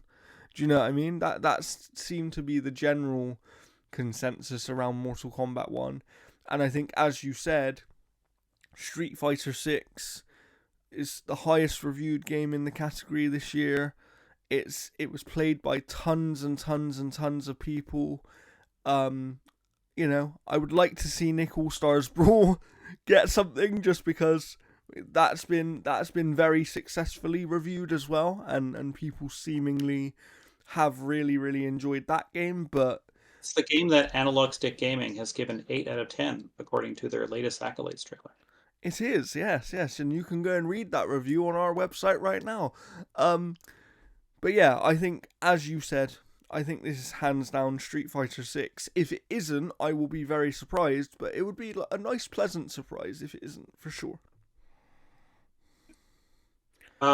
So the next one comes with a little bit of controversy. So we have Best RPG. So we have Baldur's Gate 3. We have Final Fantasy 16, which, let's be clear, it's not really an RPG. Lies of P, same. Yeah. Sea of Stars and Starfield. So like I have played every single one of these games. I have reviewed both Starfield, Sea of Stars, and Baldur's Gate 3. You reviewed Final Fantasy 16, and I've put in probably about 15 to 20 hours of Lies of P. There's not a chance that Starfield wins this. I don't think there's a chance that Lies of P wins this, despite it being extremely I think this popular. is a Like, I one don't game category, think let's it's an be real. RPG. Let's just be real. Um, Baldur's Gate 3 is going to like wipe the floor with every single one of these nominees. It's not even close. Yeah. But here's the thing that is really dumb. So in Lies of P shouldn't be here. What should be here is Octopath Traveler 2. I agree. That was a game that was extremely well received. Yeah. But here's another wrinkle that a lot of people are not talking about. They brought it up. What is it on Game Mess Decides? They brought it up last night on their podcast, and I agree 100%. And that is, why is Chained Echoes not in this category? Because it is valid for it, because it came out in December of last year, which means it qualifies for this reward. Yeah. Now there's another category that I'm going to talk about it with Chained Echoes as well, that it got absolutely denied. So for me, Chained Echoes is honestly second place for this award, because I think Baldur's Gate 3 Interesting. is hands down the best RPG. So for me, But yeah. Just for a second, I obviously haven't played Baldur's Gate 3, but I think it's going to be the clear winner here. I have a feeling that Starfield is closer than people think it is, and I think that's because Starfield really split people, in the sense of, you have the crowd like myself. Me, that doesn't make it close then. No, but what I mean is, you have the crowd like myself and Greg Miller, which think it's Bethesda's best game, and it's an amazing RPG, which I actually think it is. The reason I say it's close out of these nominees, and what I mean by that is, I think it's the closest to Baldur's Gate 3. I still don't think that gap between them is close, but I think that for me it's the closest second place, because I actually think Final Fantasy 16 is a better game. I said to you that for me, Final Fantasy 16 is my Final Fantasy 7. And people who know Final Fantasy will understand what I mean when I say that. However, Final Fantasy 16 is such a light touch RPG that I actually It should be think an action adventure. it would be more appropriate to be an action adventure. Like, yes, it is technically still an RPG, but I think the problem is, again, this plays into the conversation I was having a little bit earlier in the show about how these categories are too wide and they're too, like, basically by the definition of this category and the nominations they have in it, any game with RPG elements is therefore eligible for this category. Is that what they're saying? Is that Pretty much, but I mean, Spider-Man 2 has more RPG elements than Final Fantasy 16, Yeah, I know. and it's not here. I don't Like, I it's don't so get it. weird. Like, Octopath Traveler, one of the best reviewed JRPGs of this year, is not even nominated. Yeah. The Like, game that that is definitely dumb. shouldn't be here is Liza P, because Liza P is an Yeah, action game. it should be Octopath Traveler. Despite Chained Echoes being like one of my all-time favorite games of the year, my game of the year for 2022, the one that should not be here is Liza P, and it should be Octopath Traveler 2. Like that is just it's so dumb. Yeah. It's like Sifu being in the best fighting category I was know. last I year. know. I actually think that was less of an issue, because I actually Yeah. think, at least with Sifu, I could understand the case of, kind of, you can call it a fighting game. With Liza P, I've only played a very small bit of the game, but it Yeah. is not an RPG. It's an action game. like, Yeah, like, like the closest thing you got is that you're playing a role in a game. but Like you're playing a role that's in every essentially it. video game that exists. Yeah. It doesn't make sense. It's. It's such a weird inclusion, But yeah, especially when you have Octopath Traveler 2. what I would say though is clearly, very clear winner, Baldur's Gate 3. I would love. This is the one award where I'd love them to reveal second place, just because I do think it would be Starfield. Um, because I think Sea of Stars would get second place. you think It so. was incredibly well reviewed. Like I Interesting. honestly, I like I've said in my review, I think the first 8 hours is absolutely boring, but after that, it's great. Wow, wow, Um, really interesting, but really interesting. I need yeah, to go like back and it's play more of that for sure. I don't think Sea of Stars. I don't think Sea of Stars would be, or sorry, Starfield would be second. I think that game like did just not review well. Like there were a lot of people that loved it Well, this for is what I mean sure. about it splitting camps, right? Because the weird thing is, it did review well. It just didn't review unanimously well in the same way that like Baldur's Gate 3 did. Because with Starfield, you had anything from 10s out of 10 to 6s out of 10, right? And that was kind of the issue that Starfield had there. I know that something like Sea of Stars probably had a lot of 8s. It was probably in that camp for people. I can't actually remember what you gave it, Jeff. I'm gonna have to go back and read your review, as other people should. However, Um, I'd have to actually double check. But Sea of Stars has a higher Metacritic than Starfield. does it? That's interesting. That's interesting. Yeah, by 5 points. Wow. So Wow. yeah, 88 to 83. Wow. Um, so like again, it's one of those things where it's like we're fighting over the losers right now. Oh yeah, absolutely. Um, But you that's know, but so it's that's like and that's the Baldur's Gate issue, 3 right? is That's the issue with this year, is that's kind of going to be our conversation about a lot of these categories. Although yeah, I know that there are some that we're going to differ on, so those are going to be really interesting to talk about. yeah.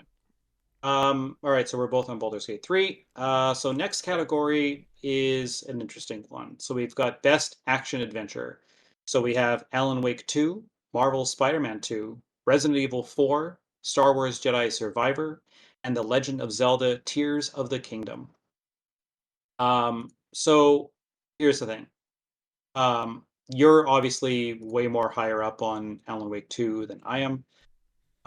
Yeah. I think I have probably about 3 or 4 hours left And to that's play in not to that say game. you're I and think that's let's just be clear. That's not to say that you don't like Alan Wake 2. My impression is very no, much that you still I think like the game. it's yeah, I think it is very good. I'm not like I'm in the same camp as Jeff Grubb. Is like I'm at a point in the game where I'm pretty far in it, but I'm still not seeing that 10 out of 10 that everybody is talking about. Like I've got to the Alan Wake moment that everyone's like, this is a 10 out of 10. And like, I think that same kind of moment for Saga is infinitely better. Um, but there's just a lot of little things that I kind of that don't impress me with that game as well too. But I mean, I'll also stress that like I only ever played the first Alan Wake when it came out. I never played the Alan Wake Control DLC. I never played the Alan Wake expansion pack. Yeah. So like going into that game, like I wasn't frothing at the mouth for it. That's Um, fair. And but and you I, know, I also want to just be clear for a second because I will still be reviewing Alan Wake 2 for us. The reason I haven't done it yet is because I was actually so ill that I've been unable to play games for pretty much 2 weeks. So I haven't finished Alan Wake 2 yet. Jeff is actually still further than me in the game. Um, but what I will say, and you know, I'm gonna say it kind of as plainly as I can without going into detail because I want to save the detailed discussion about Alan Wake for our spoiler cast and for my review. But honestly, at this point so far, and I have just got to a stage in the game that is a moment that everybody's been talking about, but luckily I haven't had spoiled for me. This is one of the best video games I've ever played. And the reason for that isn't because it's a perfect game, right? But I do, at this point in time, consider it a 10 out of 10. And my reason for that is it's doing things I've never seen any video game do. It's executing those things in a way that makes complete sense within the world that they've built. And I'm a person that likes really narrative heavy games, and this is a super narrative heavy game. And I actually think that if I was to criticize it, it would be that the gameplay is not as good as the rest of the game.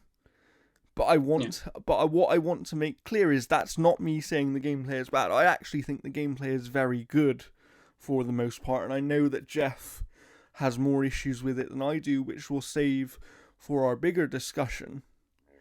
But Alan Wake, to me, like I said, it's hard to look past because anyone who knows me knows that the Shenmue franchise, particularly the first two games, are my favourite games of all time. And 2 hours into Alan Wake 2, I said to a friend of mine, I was like, this might finally be the game. This might finally be the game that replaces the Shenmue franchise as my favourite game of all time. So it's not something I say lightly when I say that I like it as much as I do. And what I like about it is just their willingness to take risks in the direction of the game, but also pull off those risks.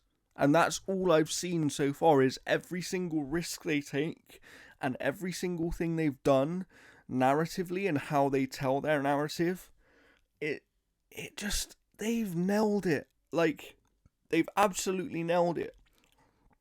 Does that mean that there's no way this game could possibly be better at all? No, it isn't what it means. But what it does mean for me at this moment in time, and it may change as I play more, but at this moment in time, by our scale at Analog Stick Gaming, I would call this game a masterpiece. Because, it a game hasn't made me feel this. I've been playing games for 25 years. A game hasn't made me feel this way for over 20 years. And I haven't seen any game do things that this game is doing in my entire time gaming.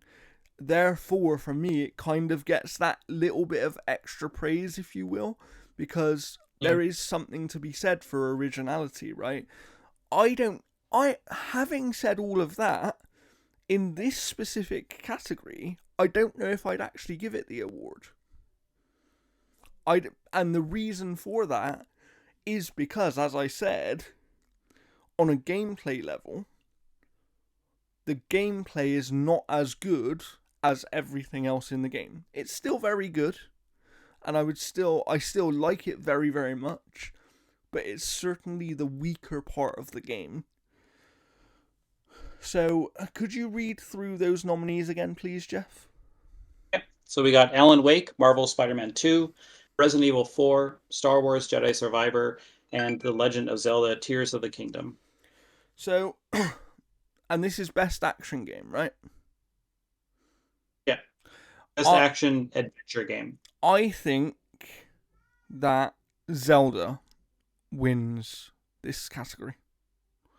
And, no question. And the reason I think Zelda wins this category is similar to what I said about Mario previously. One, I actually think it's the game that best encompasses the entire category. Like, I don't think, as much as I think Alan Wake is a super, super strong game, Alan Wake isn't an action-adventure game. Alan Wake is kind of just an action game, but when you're thinking action-adventure, it has to have more elements to it, in my opinion, in terms of the gameplay. And, you know, I wouldn't put Resident Evil 4 in. Like, Resident Evil 4, I think, kind of suffers the same problem, where it's more a fully focused action game. Like, if this was just for action game, I would probably give the award to Resident Evil 4. I think, as it being an action-adventure category, Zelda is the winner. Like, and I think part of that is, I don't believe, and mild spoiler here, you know, but I don't believe that Zelda's going to win anything else. So yeah, I think Zelda wins this category for sure.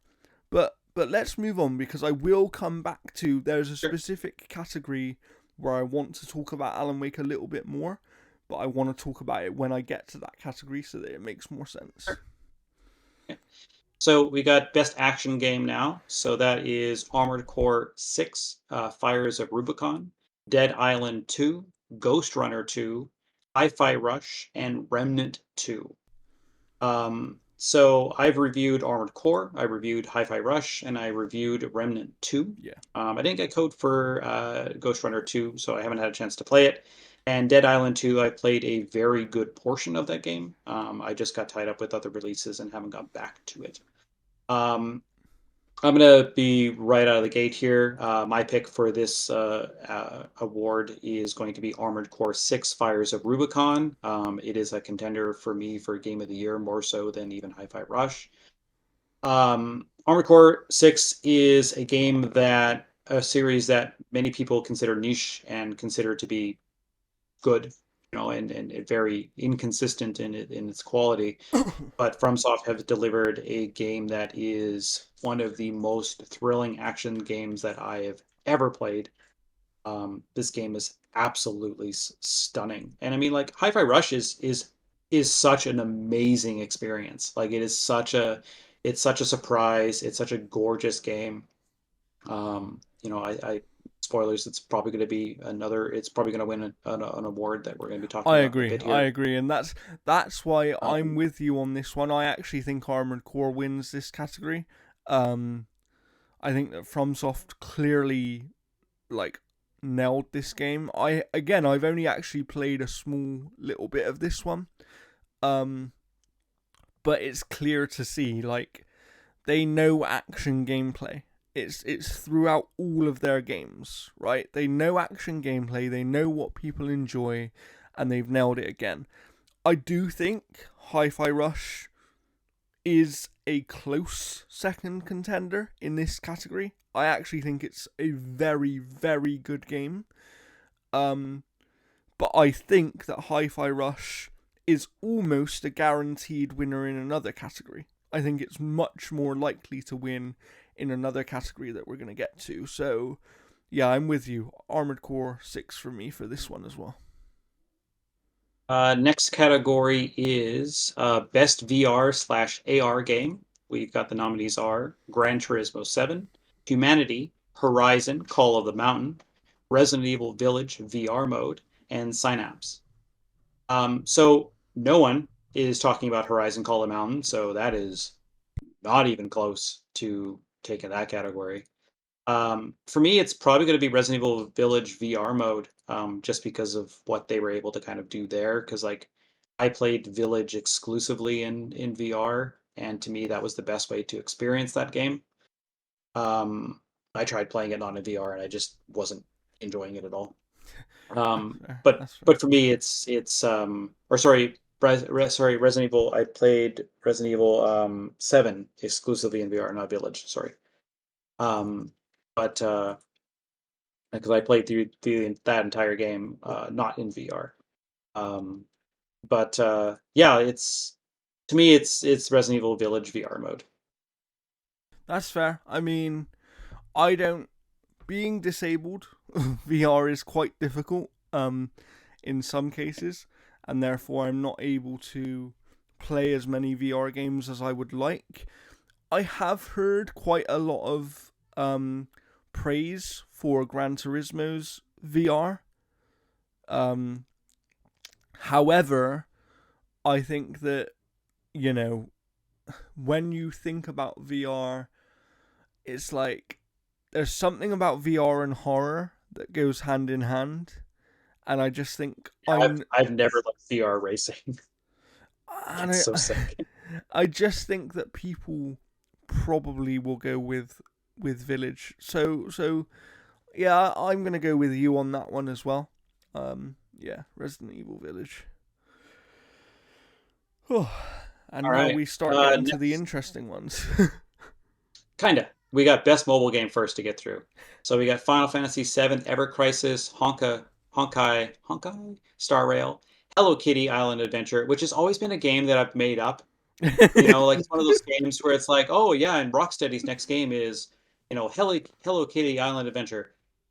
We have Monster Hunter Now and Terra Nil. I'm gonna say Honkai Star Rail is the clear winner for this because that is the Genshin Impact people, so they know what they're doing.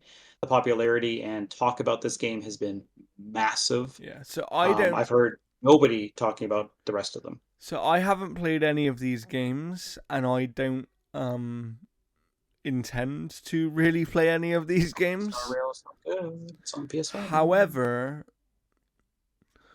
just because it's Final Fantasy, and for the sake of being different in one of the categories, I'll go with the Final Fantasy game here. Alrighty, we'll toss you on there. Yeah, like I've played a little bit of Honkai Star Rail on mobile, but I'm gonna jump into that on PS5 when I have time because my God, the industry does Yes. not stop. So, best debut indie. This is another one that has a little bit of controversy. So the nominees are Cocoon, Reg, which I have installing right now. Nice. Pizza Tower, Venba, and Viewfinder. So the controversy surrounding this is that um, the developer behind Chained Echoes is eligible for this award. It's the first game he's ever made, so he's not eligible for it the next time. And to me, it is a better game than any of these. Um, Now, Cocoon has been getting amazing press. So for me, Dredge got extremely good press as well so for too. me, Cocoon is the winner here. I'll just say that straight up. I haven't finished it, but I've played the most of it out of all of these games, and I I tried to play Vemba, and I just it just Embo is really good. it just didn't click with me for whatever reason. And then Dredge I haven't played yet, but I've heard lots of very good Did things about. did Vanba did Vanba not click with you because you didn't move to Canada? Is that what it is? Because I lived in Canada, so I It understand. could be. It could be. Um, Maybe you should try to move to Canada and then and then play Vanba again. You'd be like, my God, this is the best game I've ever played. But you gotta make sure you're cooking too. Like that's the thing as well. Um, Yeah, like for me, like if you're gonna go with Cocoon, I'm gonna go with Dredge. Just because like I've heard like a lot of people talk about Cocoon, but a lot of people were kind of like Dredge is something special. And like again, I love Vimba. I just didn't have time to put a review out for it. But I don't know about Pizza Tower. I mean, I played Pizza Possum. I have no idea. Or Viewfinder. Oh, Viewfinder is that one game where you're View, kind of shifting yeah, reality, right? yeah, With yeah. the Polaroids or whatever. Viewfinder looks really cool. I just haven't been able to play it Yeah. yet. Viewfinder to me seems like one of those games that'd be perfect in VR. I don't know if it is in VR. I don't know, but if it isn't, it should be for sure. I agree with that. Yeah. Although I think with VR, having the ability to kind of move and move around and stuff, I think would limit the appeal of what those mechanics are doing. So That's maybe. true, actually. Yeah, that's true. But yeah, like for me, like again, like I'm literally not kidding. My PS5 is on. It says Dredge. It just finished installing because I got the code for that in the expansion. Nice, There's no nice. embargo in the expansion, so I can say that One I played one it. of these days, I will pick up the game and play it. It's just yeah, I just haven't been able to. We all know how crazy this year's been, and I've got too many things to catch up on as it is. Like I said, I'm still playing through Alan Wake 2 right now. After that, I'm going to be playing The Man Who Erased His Name. And then in December, I'll be reviewing a big game that I can't talk about yet. um, but yeah, so things are very busy, and like Jeff said, that's why he missed reviewing some of these games. Vemba being one of them. Um, but I think for sure, based on conversation, this award is between Cocoon and Dredge.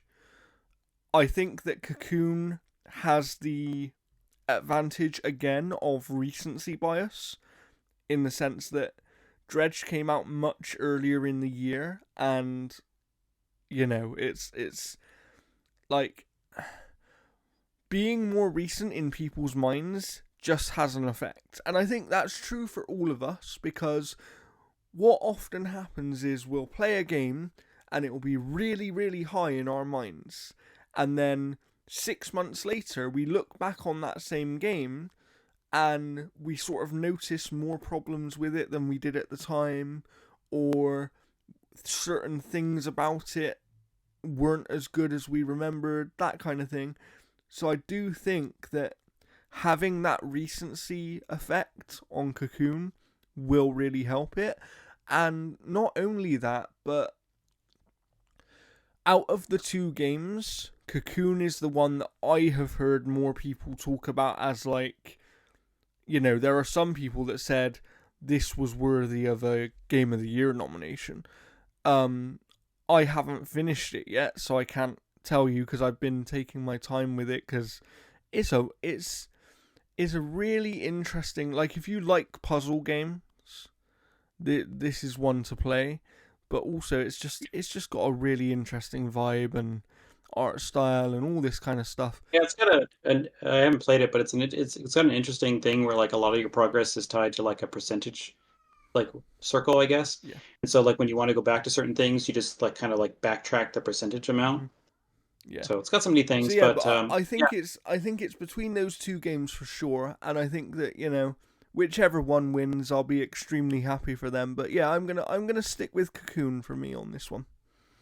sure. So we've got best independent game. So we've got Cocoon, Dave the Diver, Dredge, Sea of Stars, and Viewfinder. So a lot of the This one same has a lot names of there as well. controversy.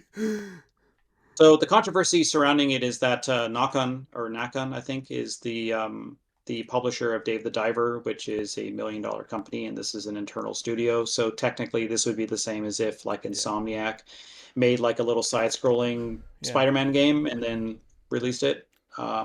So like it's and here's the thing: go on, Dave Jeff. the Diver Yeah, is utterly fantastic.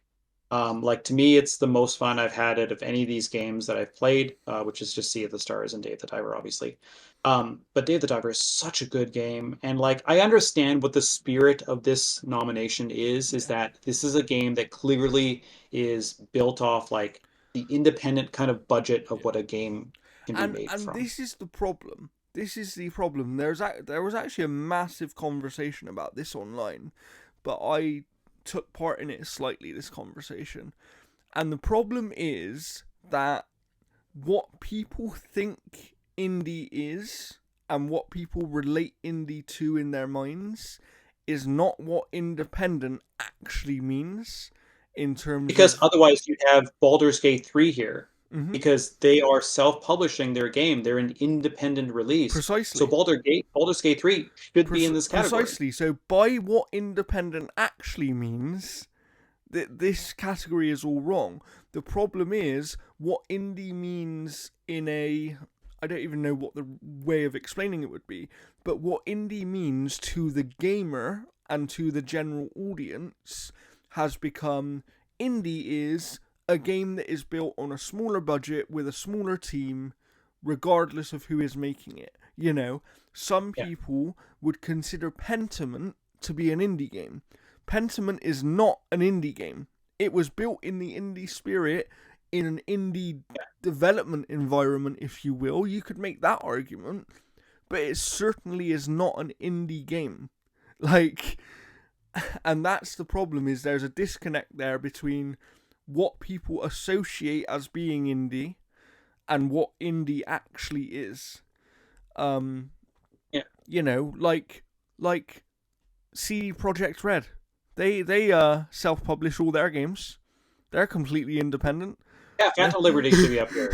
You know, it's just it's crazy, because I think there just needs to be a bit more like someone made the point of there just needs to be a little bit more clarification about what these awards are, because what creates Yeah. the confusion is they have one award which is best debut indie, so they're using the indie term in the sense of how gamers use it.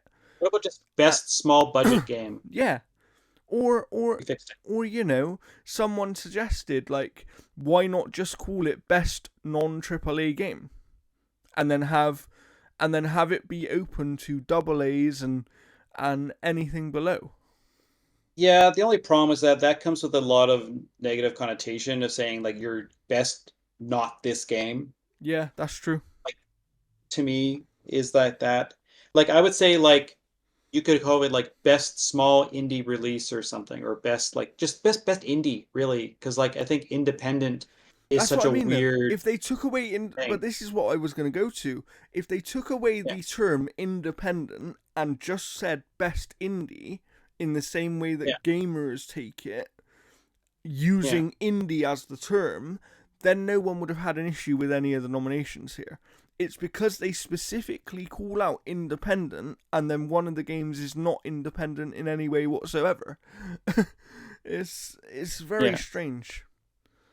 Very Well, strange. for me, I am going to actually, and I'll explain our reasoning here. I think best independent game is still going to be Cocoon, and even though Dredge is there, and it's what I voted for best debut indie game, the reason why I went with Dredge in best independent or best debut indie game is because I don't know the history of the developer behind Dredge, Oh, that's but I know true. the history.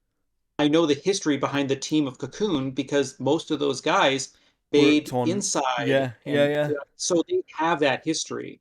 Mm. So I think that Cocoon is going to take best indie game, but I Mhm. don't think for debut because it's not really a debut. It's Yeah. just a shuffling of people Yeah, it's a to a day certain, is to a a certain extent. it's a That's obviously debut. circle. It's a Yeah, debut for that studio specifically, but the yeah. people behind the game are very well known if you're paying attention. That's Um, what I mean. Like I don't want to discredit yeah, or anything like that. yeah. Yeah. I do. So actually, I really do agree with your reasoning. I obviously went for Cocoon for best debut indie. Do I think it will win best independent game as well? I'm going to say yes. I'm going to say it will also win Best Independent Game. I know that those two, Yeah. generally I speaking, are think Sea different, of Stars but might take it, yeah, Sea of Stars but could actually. Sea of Stars could. so we're going to go on to best community support. And I'll explain my reasoning here as well too.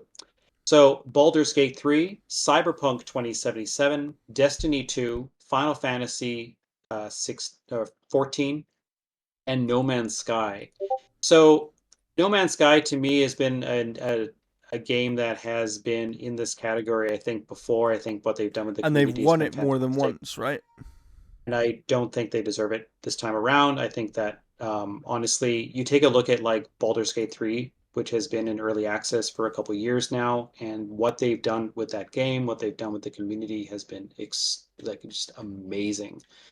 Cyberpunk 2077, I don't know if best community support kind of fits it. I think just retooling the game and kind of adding the expansion, I don't think is What I really will community say support. is on their so on the Game Awards website, the description of what this award is given for talks Yeah. about basically transparency with the community, not just about And specific. Cyberpunk hasn't really been that. Yeah, They went quiet precisely, for a long time. precisely, and that's Yeah. where I was going to go with it. Is like they weren't as transparent as they needed to be, and that was what caused their issue in the first place. Yeah. So And even like Destiny 2 has been fairly transparent, but they've also made a lot of missteps and a lot of people stopped playing Destiny.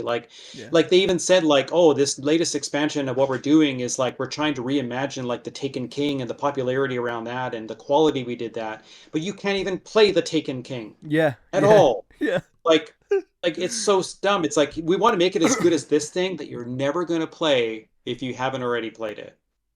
Like it's so dumb. But for me, it's like Baldur's Gate 3, like the road to from early access to its release, like what they've done and like how they've been with the community has been fantastic. I mean, you also have to take in effect like you have all the voice actors on Twitch playing the game and like Yeah, getting into characters and stuff like that. Like I think the community support for that game has been utterly fantastic and yeah, like Final Fantasy as well too. But for me, Baldur's Gate hands yeah. down. I think that Final Fantasy definitely has a shot because that is a game that over the years has risen like the phoenix, right? It's come back from the brink of death. Um, and they are very transparent with their community. They listen to feedback. They do really, really well. I do think though, as you sort of said, the community around Baldur's Gate 3 in particular this year has been so strong that it might be hard to look past that part of it. So I'll go with you as well. I'll go with Baldur's Gate 3 for this one. All right, so we're getting to some big ones here. So best ongoing game. So we have Apex Legends, Cyberpunk 2077, which Shouldn't be here. what a weird nomination. It's like, oh, they released an expansion pack. Good job, guys. Yeah, and it's Like almost like, Final oh, Fantasy, let's give them something now because they've actually made the game good. it's not But even an ongoing it's not an game. ongoing game, no. Like that is it's so dumb. It's not even an ongoing game. Like it's so Like if weird. you want to nominate Um, them somewhere, make a best DLC or best expansion category. Nominate Yeah. them in that. So other nominations are Final Fantasy 14, Fortnite, and Genshin Impact.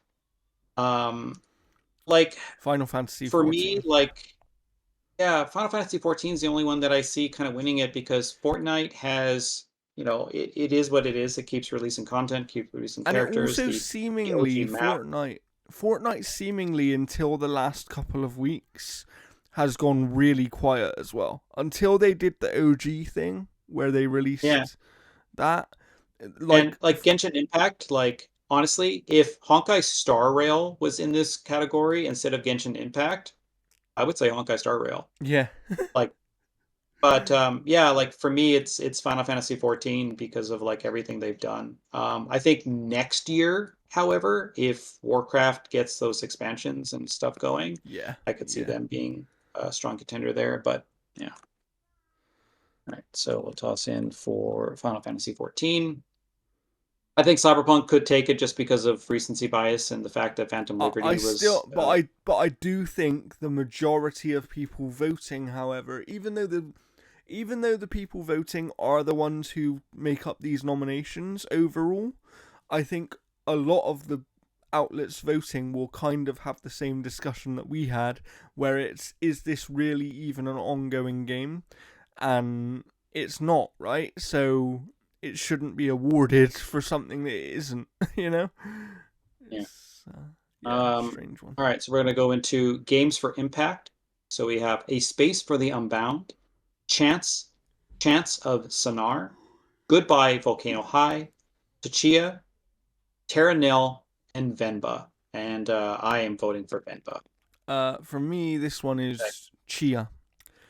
It's, Tachia? yeah. Yeah, that game I only play like I played for a couple of hours. I didn't finish because I had to do reviews and things for other games, but Yeah. it blew me away. Like I'm actually surprised that it's not nominated a bit more for awards this year.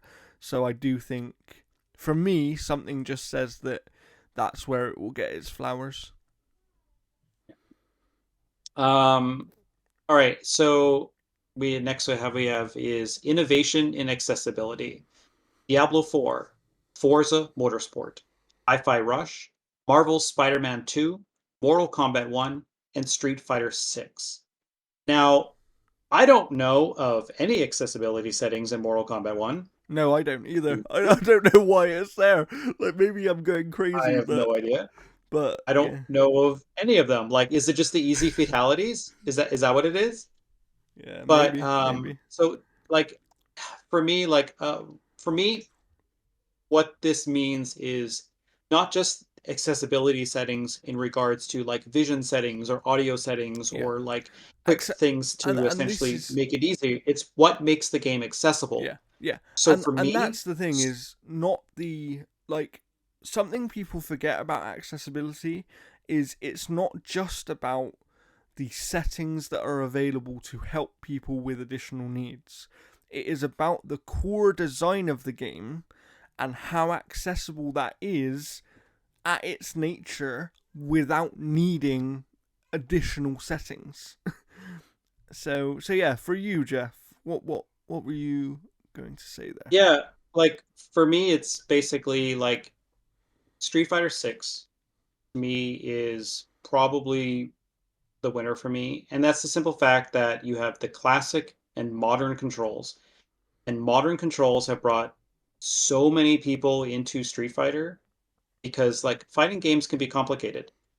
Knowing how to do combos and moves and specials and all that kind of stuff has really put those types of games kind of at arm's reach for a lot of people. Whereas modern controls here, anybody can pick up that game and feel like they are absolutely excelling in it. And to me, that's a massive accessibility gain for them. Yeah, absolutely, Because like absolutely. you get the like you'll have the vision modes and certain things like for Marvel Spider-Man 2, like it's the same thing that Mm-hmm. Sony's done where that they'll have those types of things, but I don't see anybody playing Spider-Man 2 who struggled with the first one suddenly Yeah. coming into the second one going, I can play it now.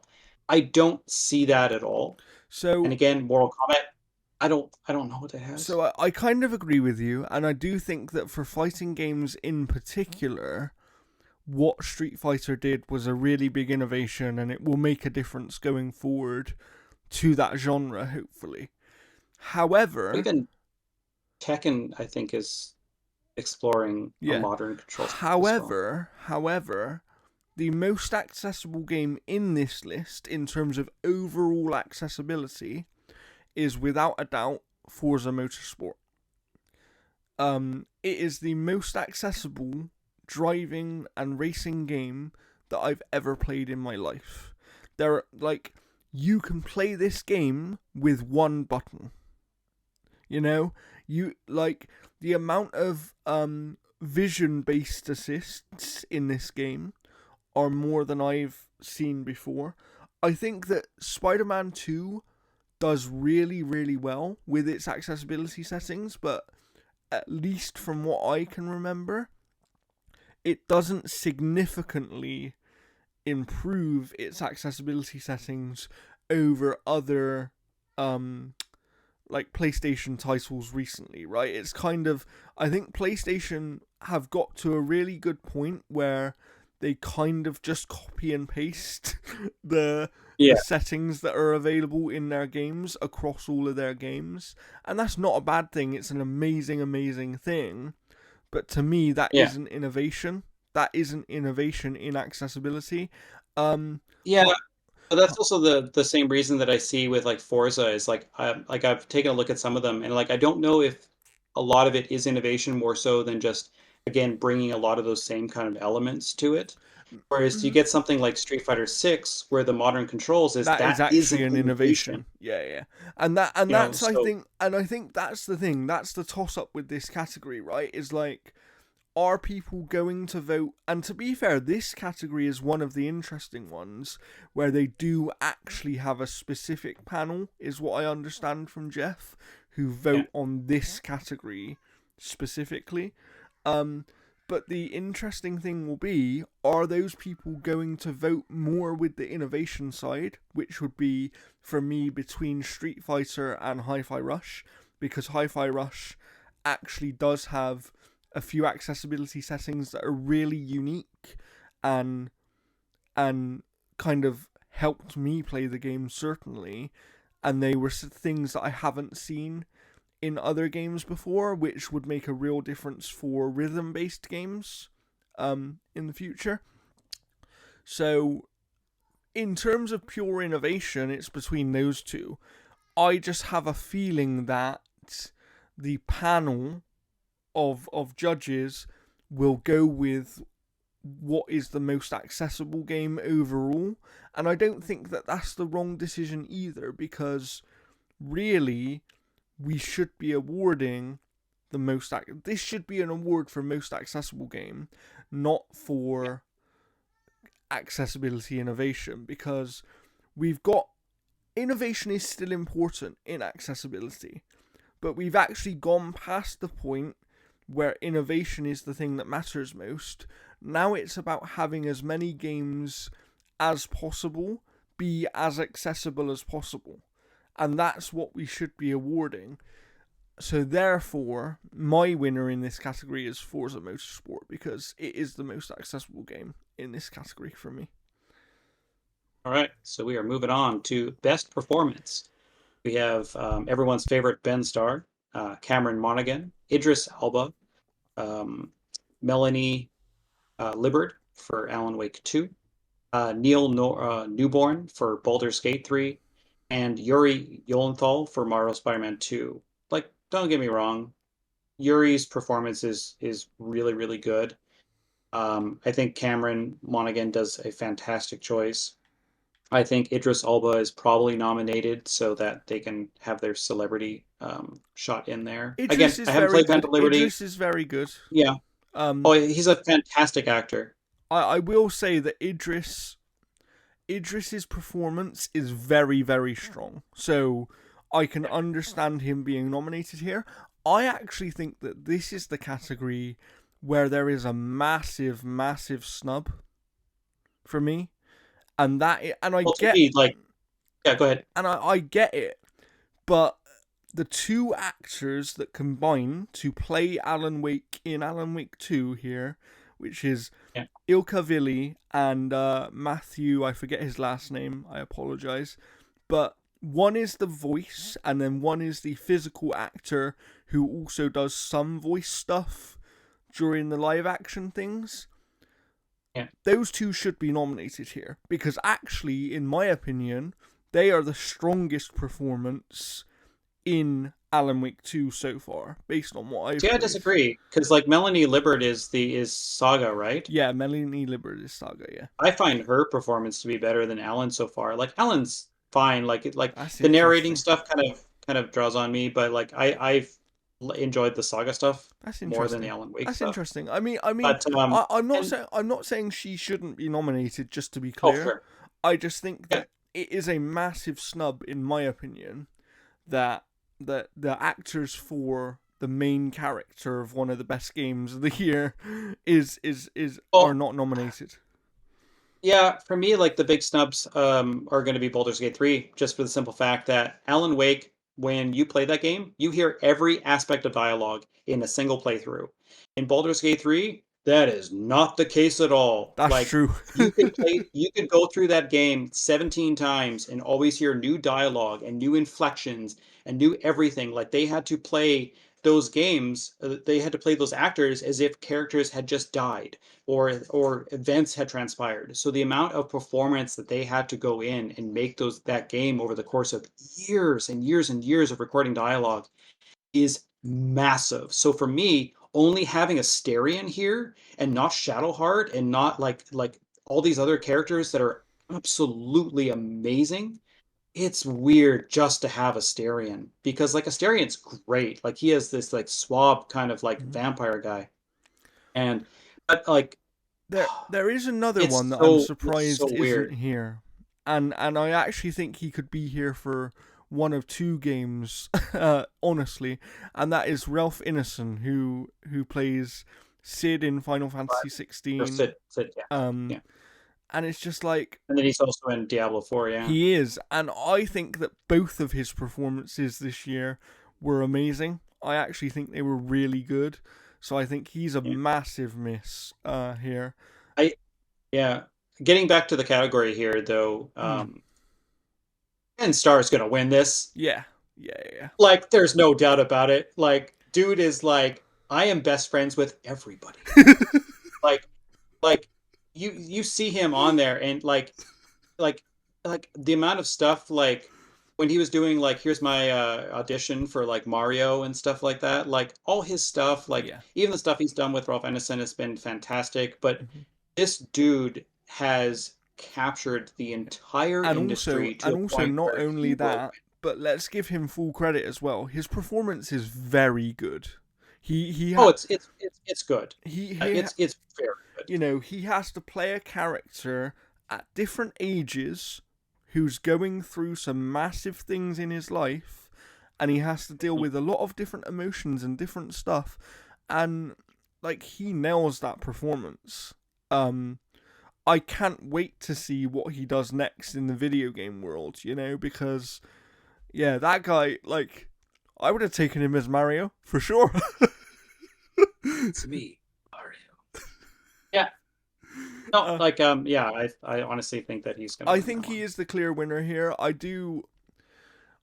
It's a hard one, right? Because I think that this category also often comes down to which character do the judging panel connect with more, and I don't think it's always just about the performance of the person. Um, Yeah. and I mean, I think that gives Ben Starr and Clive an advantage there as well, because more people played Final Fantasy 16 than played Alan Wake 2, for example. So I don't think Saga, the person who plays Saga, I don't think she's gonna get as much love, even though her performance is very, very good. Um, it's so yeah. I think Ben Starr is the easy winner here. But I'd like to see. This is one where I would like to see an upset. Like I'd like to see one of these actors win that we don't expect. That would be quite interesting. Why is Nicolas Cage not up here for Detective? Like, come on. All right, we're gonna move on here. So we got Best Audio Design. The nominees are Alan Wake 2, Dead Space, Hi-Fi Rush, Marvel Spider-Man 2, and Resident Evil 4. Here's the thing. Resident Evil 4 has some amazing audio design. hmm Like it's absolutely superb. I think Hi-Fi Rush as well too. Marvel Spider-Man 2, I don't know why it's really here. Dead Space I think has some pretty good stuff in terms of like making the atmosphere kind of creepy.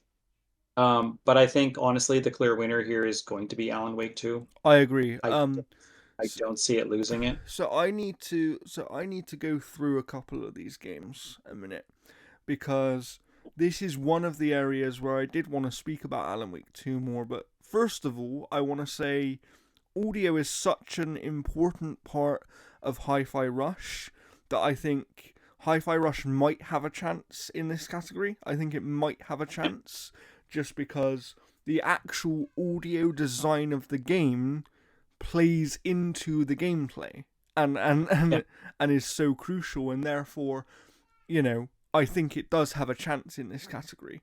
But Mhm. the same can be said for Alan Wake 2. Like, the audio design of Alan Wake 2, and it's combined with a lot of other stuff as well, right? But audio is such a key part of the tension, the atmosphere, the entire experience. Like, there's Well, I've a been playing it mostly in headphones because yeah, like Becky's playing it. We don't and want to and spoil it's it and stuff. so So so slight spoiler for Alan Wake 2 here. When you are in Alan's world, which is the dark place, which is kind of like this nightmare dimension, you literally have shadows that are whispering to you, and they'll say, "Alan, Alan." It's like, and it freaks you out. doesn't one of them say like we're voted one of top 300 like vacation hotspots or something, or some guys like talking about cheese or something? it's just, and it's And really not to weird mention, because like the you other have thing Max Payne himself the in other there, thing so about it as well, though, is what's so clever about the audio design of Alan Wake 2 is that it's the ambient sounds as well. So it's when there's not really any sound. Like when you're towards the start of the game, when you're out in the forest, playing as Saga, and music stops and there's just these weird little sounds, and you're like, is something in that bush over there? It literally makes you think that things are there that aren't there, and it plays so strongly into the experience, and it makes the game more of a horror than it actually is. Like, without the audio part of this game, it's not really a horror. There are a few little scary things, but the audio is just so important here. And, yeah. you know, the only thing that makes me think maybe it won't win Best Audio Design is because I think that there's another category that it will win, and I'll explain why shortly. But yeah, I think it's a toss up for me between Alan Wake 2 and Hi-Fi Rush, but I think that I'm more on your side, where really the clear winner here should be Alan Wake 2 for sure. Yeah, if it loses it, I won't be surprised. But to me, it's just like it's probably going to take that one, which leads us into our next category here. So we have best score and music. So we have Alan Wake 2, Baldur's Gate 3, Final Fantasy 14, 16, sorry, Hi-Fi Rush, and The Legend of Zelda: Tears of the Kingdom. I think most of the Zelda stuff is kind of borrowed from the Breath of the Wild, so I don't know if there's too much really new on there. Hi-Fi Rush has really good sound. A lot of it is kind of licensed music. The original stuff is really, really good, and again, best sound and best score in music. I don't know if it hits it there. Final Fantasy 16, I think the score is pretty good. Yeah, it It's got is. some really, really fantastic orchestra stuff going on there. Baldur's Gate 3, I think the music is really, really good. I had a lot of glitches where I couldn't hear the music. I don't know if there's anything terribly memorable there, but it is, again, soundtrack is fantastic when you're hearing it. Alan Wake 2, I think is going to take this because of Yeah, one of that particular area, even though I think that and I Saga's own take on that is better. yeah, what I will say is I also don't think, to give credit to Alan Wake 2, I actually don't think that it's just about one section here. I think Yeah, that, again, mild spoiler, but this is actually something that's quite important to the game if you're paying attention.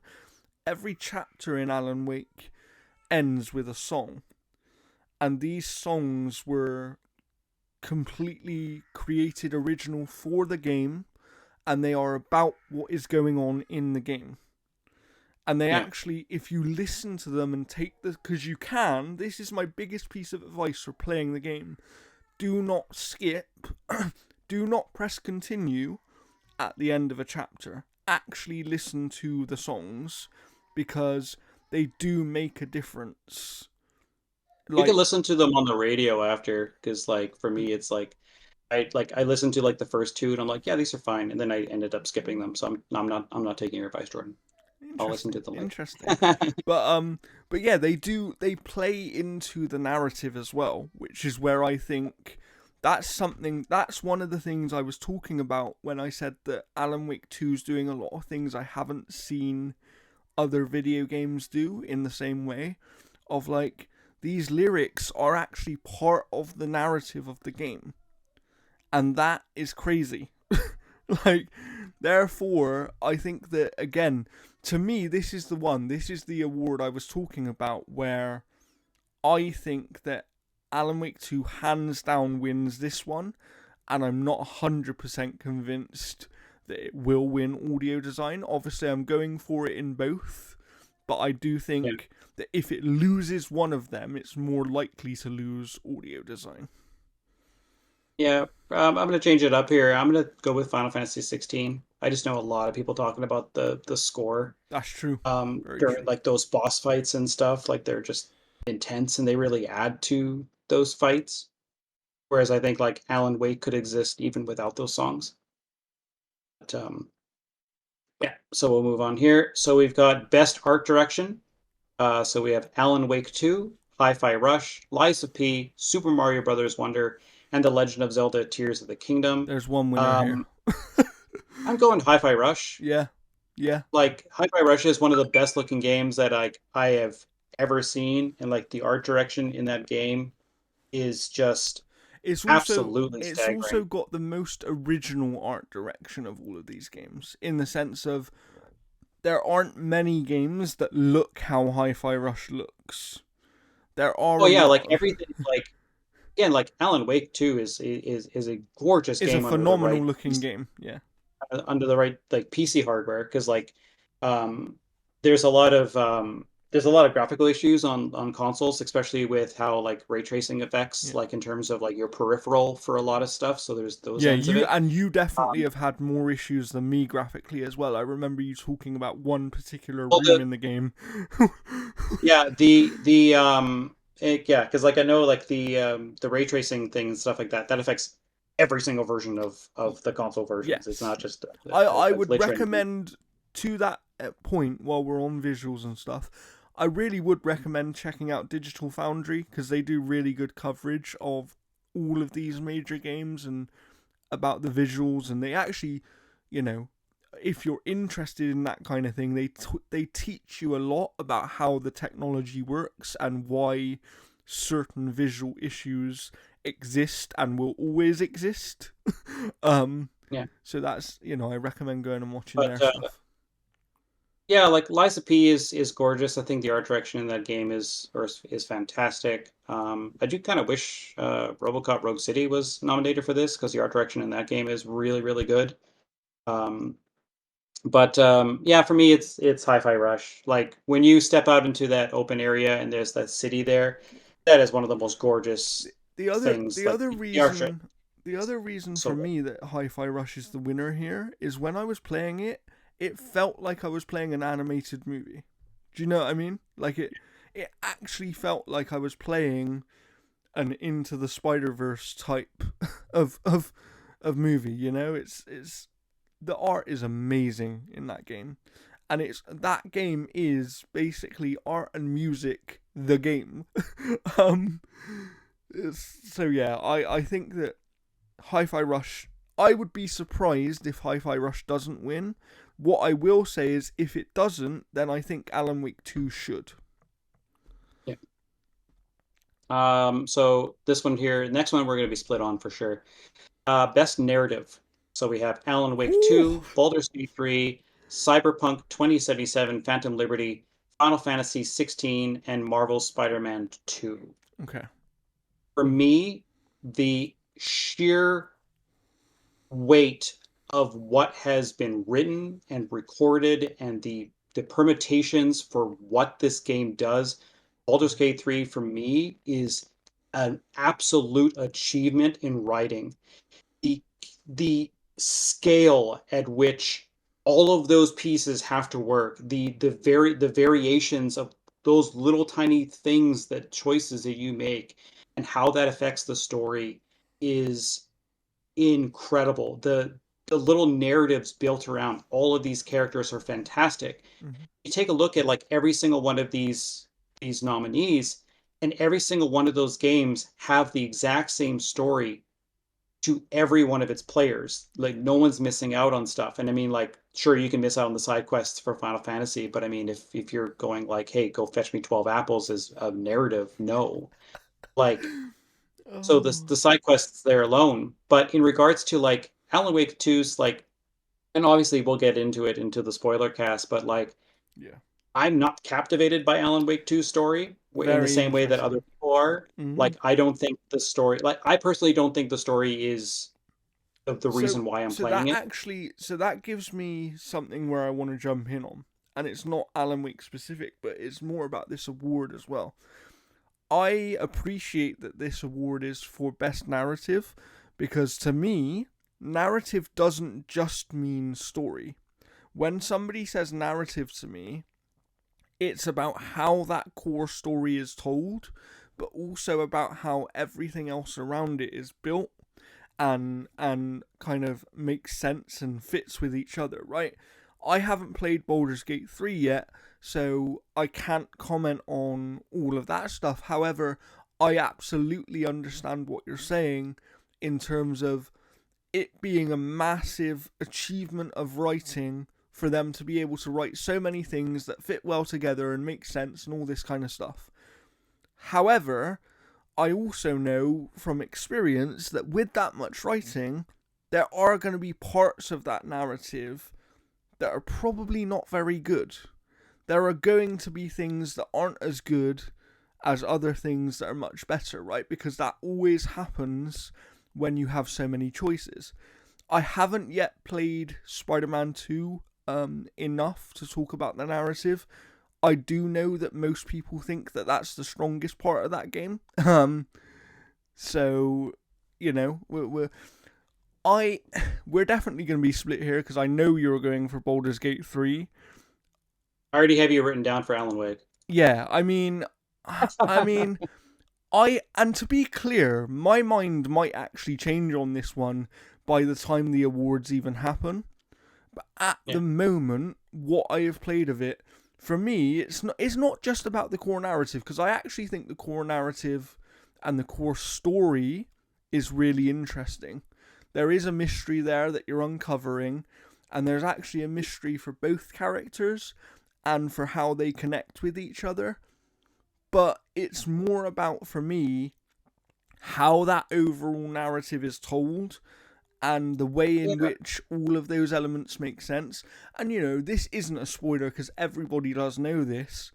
There are live action sequences in Alan Wake 2, and it does those in a way that makes sense, that still build on the narrative and build out But characters and do really interesting in stuff. in terms of how it's told as well too, like the one thing that I find really dumb about Alan Wake 2 is sometimes you'll pick up these manuscripts and sometimes it'll like stop and she'll hold it in her hand or whatever, and then like Alan Wake will like talk over it. But there are so many manuscripts that I pick up that you That have don't to get go that same into treatment, the Mind right? Palace Yeah. and then listen to those Mm-hmm. things, and I'm like, is this not important? Are you not actually directing me to those particular words? Yeah, it's almost like And to they me, it's actually. It's almost like some of them like they definitely put less importance on. They for sure. some of them, or what will happen is because you can find these manuscripts at any time. I think what happens is sometimes you find them after And they the don't do actual anything. thing has happened, and then they don't mean anything because you've already. What I've noticed, and it could just be me, this may not be the way the game is doing it, but I've noticed that if I find it before it happens, the game puts a greater emphasis on it, and she holds it and it's read out, and that's really cool. Yeah. And then if I find it after it happens, it just sort of goes into the menu. So I don't know if that's a Yeah. bit of a It could be. disconnect there. It's just weird. And because there's sometimes where I picked up one and nothing. It doesn't tell me I have a new one. That's so yeah. That but again, to Yeah. me, as much as Yeah. that is weird, and I do agree with you, the fact that every single thing you pick up in this game in some way tells a story, that's crazy to me. Like, I'll open a little lunchbox with some scraps in, and it's got a note on, but that note means something, and it builds out the world. Or you'll find these stashes for a certain group of people in the game, and each stash will have a note in, and it's sort of telling you their story of what's happening with them and what's going on. So I think that Alan Wake 2 has I think it does have a compelling, interesting main story, but then its world in general has a much more interesting, wider narrative, and the way the narrative of the world is told and of the characters themselves, to me, is one of the most interesting things I've ever seen. And that's why, Jeff knew that I was going for Alan Wake 2 before I even said anything, really, because Alan Wake 2 is narrative the game. Like, for most people, that is the reason they're going to play this game. Like when I was playing like Baldur's Gate 3 and stuff like that, like I really loved the character stories and all those things. Like I was massively engaged with that story. And that's the thing. To be fair, if I had played Baldur's Gate 3 already, I may feel different, because I've heard nothing but good things about that group of characters and about what is possible there. But I can't wait to play it for sure. But I definitely think it's between those two, right? For sure. So we have Best Adaptation. So we have Castlevania, Nocturne, Gran Turismo, The Last of Us, the Super Mario Brothers movie, and Twisted Metal. For me, like, I'm not a Last of Us fan at all, so I haven't watched the show, even though it was filmed like in my city and about 45 minutes from me. Where they actually used somebody's house and then ended up paying to have it recited and all that kind of stuff. So there's some neat local stories stuff here. Gran Turismo, I have no interest in watching the gamer to racer. I have watched it. It's a decent enough movie, but there's no way it wins, because you're not really adapting the game. You're adapting the story of a person who exists in real life. The game. Like, it's just weird. It falls under that. Super Mario Brothers movie, that thing is fantastic. They did such a good job with that, capturing that stuff. Nintendo was heavily involved, so there was like little chance that it was not going to. Twisted Metal, I haven't watched. I haven't watched Twisted Metal either. So, like, if someone tells me like, oh no, they do call him Needles Kane, they don't call him Sweet Tooth, then I'll watch it. But until then, it's not authentic, like, because his name is not Sweet Tooth. That's fair. For me, Castlevania Nocturne, like the Netflix series for Castlevania, has been widely regarded as being one of the best video game adaptations of all time. Mm-hmm. I see it winning here. So, as someone who has watched the Last of Us TV show, I think Last of Us is the winner here, because it's probably gonna win. Because, and I haven't watched the Castlevania Netflix stuff, so that's just me having not watched that. But they, as someone who does like The Last of Us, but maybe not as much as other people, they nail this adaptation.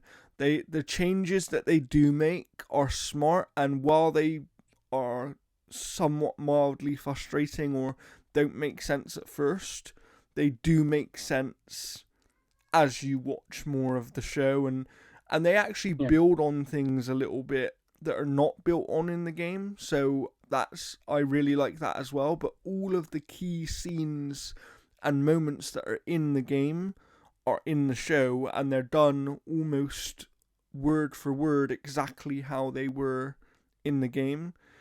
To me, in a way, you don't get a better adaptation than that, because you're not taking away what made the game great and changing it just because. You're making changes that are smart and build on things. Well, it also helps that Neil Druckmann is co-writing that as well too. That's so very you've true. Got the original. So I think it's not. So I think that Last of Us should be the winner here, because even if I look at it from the perspective of which is the highest quality thing here out of all the ones that I've watched. It's The Last of Us, hands down. Like, I enjoyed the Mario movie, but it was what it was, and I don't think that that's ever going to win any awards anywhere. Like I said, Gran Turismo was fine. Like, I didn't dislike watching it, but it didn't need to be Gran Turismo. It could have been something else completely. Like I've told people before, if I ever watch Gran Turismo, it'll be while I'm playing Forza Horizon. So yeah, so I mean, I can definitely understand you going for Castlevania though, because I've heard nothing but good things about that for sure. All right, so we're going on to the last two awards here. So we have Best Game Direction, which in previous years have proven that you can crunch a studio and still win this.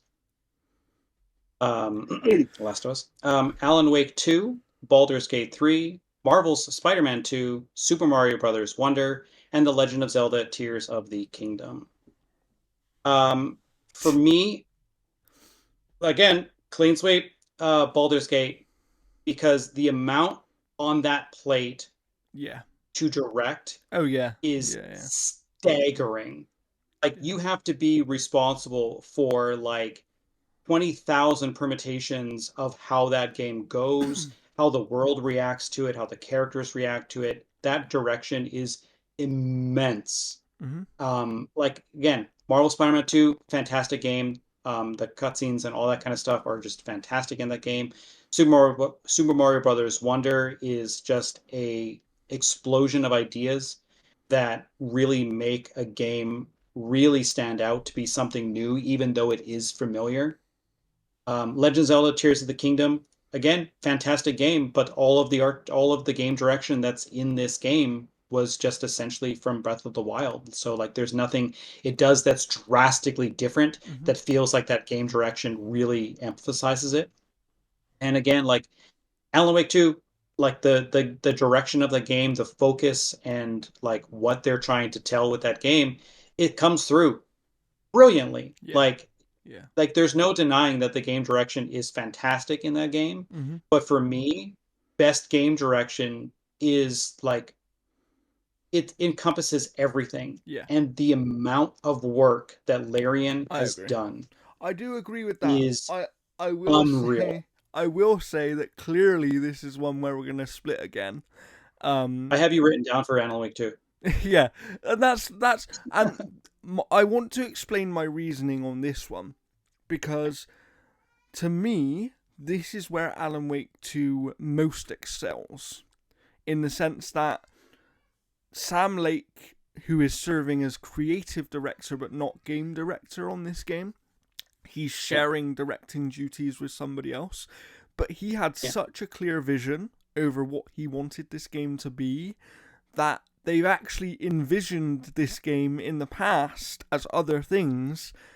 But they said they were glad that they didn't make it now, or they then, because the tech needed to make it now is what. And I think that having such a clear vision to, you know, and again, I don't want. It's weird because I don't actually want to talk too deeply about it until we do the spoiler cast. So some of the stuff I'm saying won't make full sense, but there's a certain section in this game that is unlike anything I've ever seen in any video game ever, right?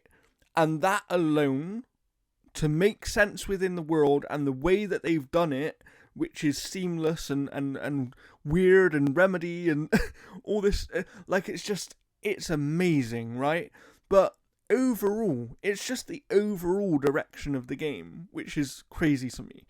You start this game, and this is a mild spoiler for the very start of the game, you start this game playing as a character that you literally play as for like 2 minutes. But it sets the tone of the game perfectly, and then you play as a completely different character for a few hours, right? And then you play as someone else, but all of it makes sense, and it flows really, really well, and it feels almost like a really, really good TV show. And while I agree with you, Jeff, that there is something to be said for the amount of work and the amount of, like, direction you have to be able to pull off what Baldur's Gate 3 has done, I think the same can be said for Alan Wake 2 in a very different way. Is Alan Wake 2 has such a focus on being a very specific thing, and it uses every single thing that Remedy have learnt throughout their years of development and perfects those moments. There is a moment in Alan Wake 2, and this isn't really a spoiler because it's been shown in the trailers and things. There is a moment in Alan Wake 2 where a phone is ringing and you go to answer a phone, and it made me think of the Max Payne games. Do you know what I mean? It made me think of moments in a Max Payne game, and it's like, I had this minute of like, are we going into live action now? Because the game looks incredible, and then it seamlessly goes back to gameplay in a way that makes sense. The way that, like I said, I mentioned the chapter ending songs earlier. They play into the direction of this game. The thought behind this game of like, yeah, let's have songs, but let's have them be specifically created for the game and feeding into the narrative of the characters in the game. Like, there's a song in this game that plays when you first see Alan Wake, and the lyrics of that specific song literally blew me away, because it was like, they're basically telling you Alan Wake's story up to this point in song version. And that was really clever to me.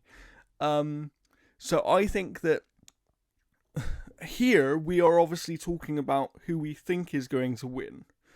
And although I would love, and we'll talk about it in a minute, I would love Alan Wake 2 to win Game of the Year. And I do actually think it's one of several worthy winners of Game of the Year this year if it was to win, right? I don't think Alan Wake 2 will win Game of the Year. And that's why I think it should win this award, and I think it will win this award. So yeah, Alan Wake 2, for me, has the best game direction of the games I've played this year. Yeah. All right, so last one here. So I might have to change your vote here. I have, so the next one is Game of the Year. So it's basically everything we've seen in the last two categories, the last two big categories. So we have Alan Wake 2, Baldur's Gate 3, Marvel Spider-Man 2, Resident Evil 4, Super Mario Bros. Wonder, and The Legend of Zelda Tears of the Kingdom. The only outset for me is like, I kind of wish that Armored Core was here instead of Marvel Spider-Man 2, because I think Spider-Man 2 has a lot of recency bias behind it. I think it's a great game. Don't get me wrong. It's very, very good. I don't see it as a Game of the Year contender. Yeah. Not with I this think year. that Spider-Man 2... I think Hi-Fi Rush should be here instead of Spider-Man 2. Spider-Man 2 I obviously haven't played much of, but the impression I get from people I know who have played it and things like that is that it's a very, very great game, but it's not in the same sort of league as some of the other games that have come out this year. Yeah, because like, you know, you take a look at some of these, like Resident Evil 4, that is some of the best shooting, some of the best action. Like, it's a tremendous game. It deserves to be here for sure. Super Mario Bros. Wonder is probably the most original kind of Mario game in years based off what they were able to do in that game. Tears of the Kingdom, obviously, that is going to be like a lot of people's game of the year. And like, if it wins it here, I wouldn't be surprised. I really would not be surprised. Yeah. But for me, again, like it may not necessarily be my personal game of the year by the end of the year once I kind of sit back and think about things and stuff. But for me, Baldur's Gate 3 is the type of game that you really label as a monumental achievement. Like, it's because, like, again, like Tears of the Kingdom, excellent game. But 80% of that game's DNA is Breath of the Wild. Yeah, it's Breath of the Wild improved, right? That's the thing. And I don't want to... I'm not trying to belittle the achievement of that game, because it's a very, very great game. But I think that, like you said, the majority of that game is just Breath of the Wild, but made better. And Yeah. and I'm not sure that that's worthy of winning a Game of the Year award, personally, which is something I didn't think I was going to say 6 months ago. Do you know what I mean? We Yeah. just had a crazy year. So clearly you're going for Baldur's Gate 3. My heart really wants Alan Wake 2 to win this. Mhm. Like you know that. Based on what I've played so far, like I said, for me personally, I can almost guarantee that Alan Wake 2 will be my game of the year. Because Yeah. because as I mentioned near the start of this podcast, Alan Wake 2 is one of the best games I've ever played, not just this year. And that is really hard to look past. But my head tells me that Baldur's Gate 3 is going to win this award. And I think there are a few reasons for that. I think, one, it's a phenomenal game, very clearly. I think it also has slightly more universal praise than Alan Wake 2 does. I also think that more of the judging panel actually would have played Baldur's Gate 3 compared to Alan Wake 2. I don't think as many people would have played I Alan know, Wake 2. like Giant Bomb definitely will not be picking Baldur's Gate 3 because I think Jan there and Giant Bomb, he's the only person that's really put any time Oh, into it. wow. And Mike Minotti, who's on Giant Bomb content, he's for GameSpeed. Yeah. So like it's hard to say what he's going to do there. But I mean, like there are some outlets that just didn't have the time for the majority of people there I to guess play it it. was a massive game, right? Yeah, because so I'm pretty sure that like I think like you'll take a look at like probably like GameSpot and like Giant Bomb, which share a lot of people there as well too. Mm-hmm. I think they're going to go with Alan Wake 2 as well. So I think there's a lot of recency bias for that as well too, because I mean recency bias has been the name of this entire category. And it definitely does. That does make a difference, and that's why I do actually think that this one is really close. I actually think Yes. that this is the closest. Like, I don't want Tears of the Kingdom to win. I don't actually think it deserves to win for the things we spoke about earlier. But I do think that Zelda does something to people that not many other games do. Do you know Well, what I this is mean? one of the first years where you have 3 games that could just take it. Yeah. Yeah. Like normally it's used between 1 and 2 and all that kind of And stuff. But usually you got 1 and 3 2 aren't even that amazing close, games. right? But Yeah, and yeah. like the case you made for Resident Evil 4 as well too, because like that game Yeah. is utterly fantastic. Well, just Like to be clear to people, Resi 4 for a while was my game of the year. Like, it's that good. It's that good. So, I mean, Armored Core to me definitely deserves it more than Spider-Man 2. I wish there was a world where Hi-Fi Rush could be up here as I well know. too. But I mean, this year, thankfully, we don't have a Stray, and I mean that in both the name as in the term as well Yeah. too. Because Yeah. why Stray was up for Game of the Year, like Yeah. And that's the I have thing. no I idea. don't, just to be clear, when I say about Zelda and I don't want it to win, it's not because it's not worthy of the nomination. I actually do think it's worthy of the nomination. I'm just not sure whether it's worthy of winning because of the reasons we discussed earlier. What I will say is this is the first year in the history of the Game Awards where I could actually make a case for every single game that's been nominated for Game of the Year to win. I can't make the case for Spider-Man 2, but yes, I can make the case, or maybe Wonder, but I haven't played Wonder. I just know a lot of people like absolutely Yeah. adore like what they were able to do here. It's But Baldur's Gate- really hard. Do I stick with Baldur's Gate 3? My heart is like, oh, it's so difficult, Jeff. I should. My brain tells me I should. I'm actually going to flip back and say that Remedy get it this year. And Alan Wake 2 wins because, and my final reasoning for that is because I think there is some element with award giving that isn't just recency bias, but there is an element of, oh, these guys deserve it, because they haven't had it before, and I think that Alan Wake 2 is clearly gonna be this breakout game for Remedy, and I think that Control got nominated but was never gonna win back in back in 2019. I think that if they were ever gonna have a game win it, this feels like the most worthy one that they've ever made. And I just See, like all those points you're making, if yeah. you swapped out Arian for Remedy, Yeah. you'd be making the exact same This points. is the problem, Divinity it's so 2, hard. Divinity 2 was a game that a lot of people thought was going to put them on the map, and it kind of did. Same Yeah. with like whatever they've done before. Yeah. It was a studio that's never really been up on this podium to that respect. It's a Yeah. like it again, all those points, I mean, same thing. to demonstrate how close I think it is between those two specifically, I really think Yeah. it's a coin toss. Like, I really think it's actually a coin toss between those two. And I think that, you know, I just. There's part of me where I'm like, I really want Baldur's Gate 3 to get recognized and to get what it deserves to have based on what I hear about the game.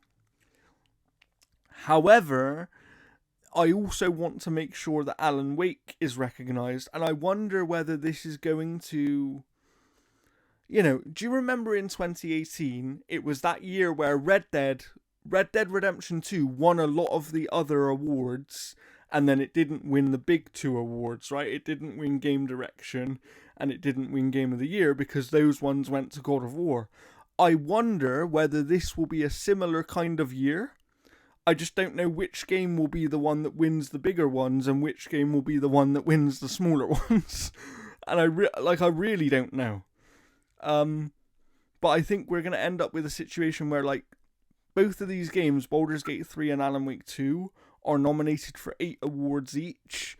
And I think we'll end up with a situation where one of them's probably going to win 5 awards and the other one will win 3 awards. But the one that wins 3 awards will probably win the big 2.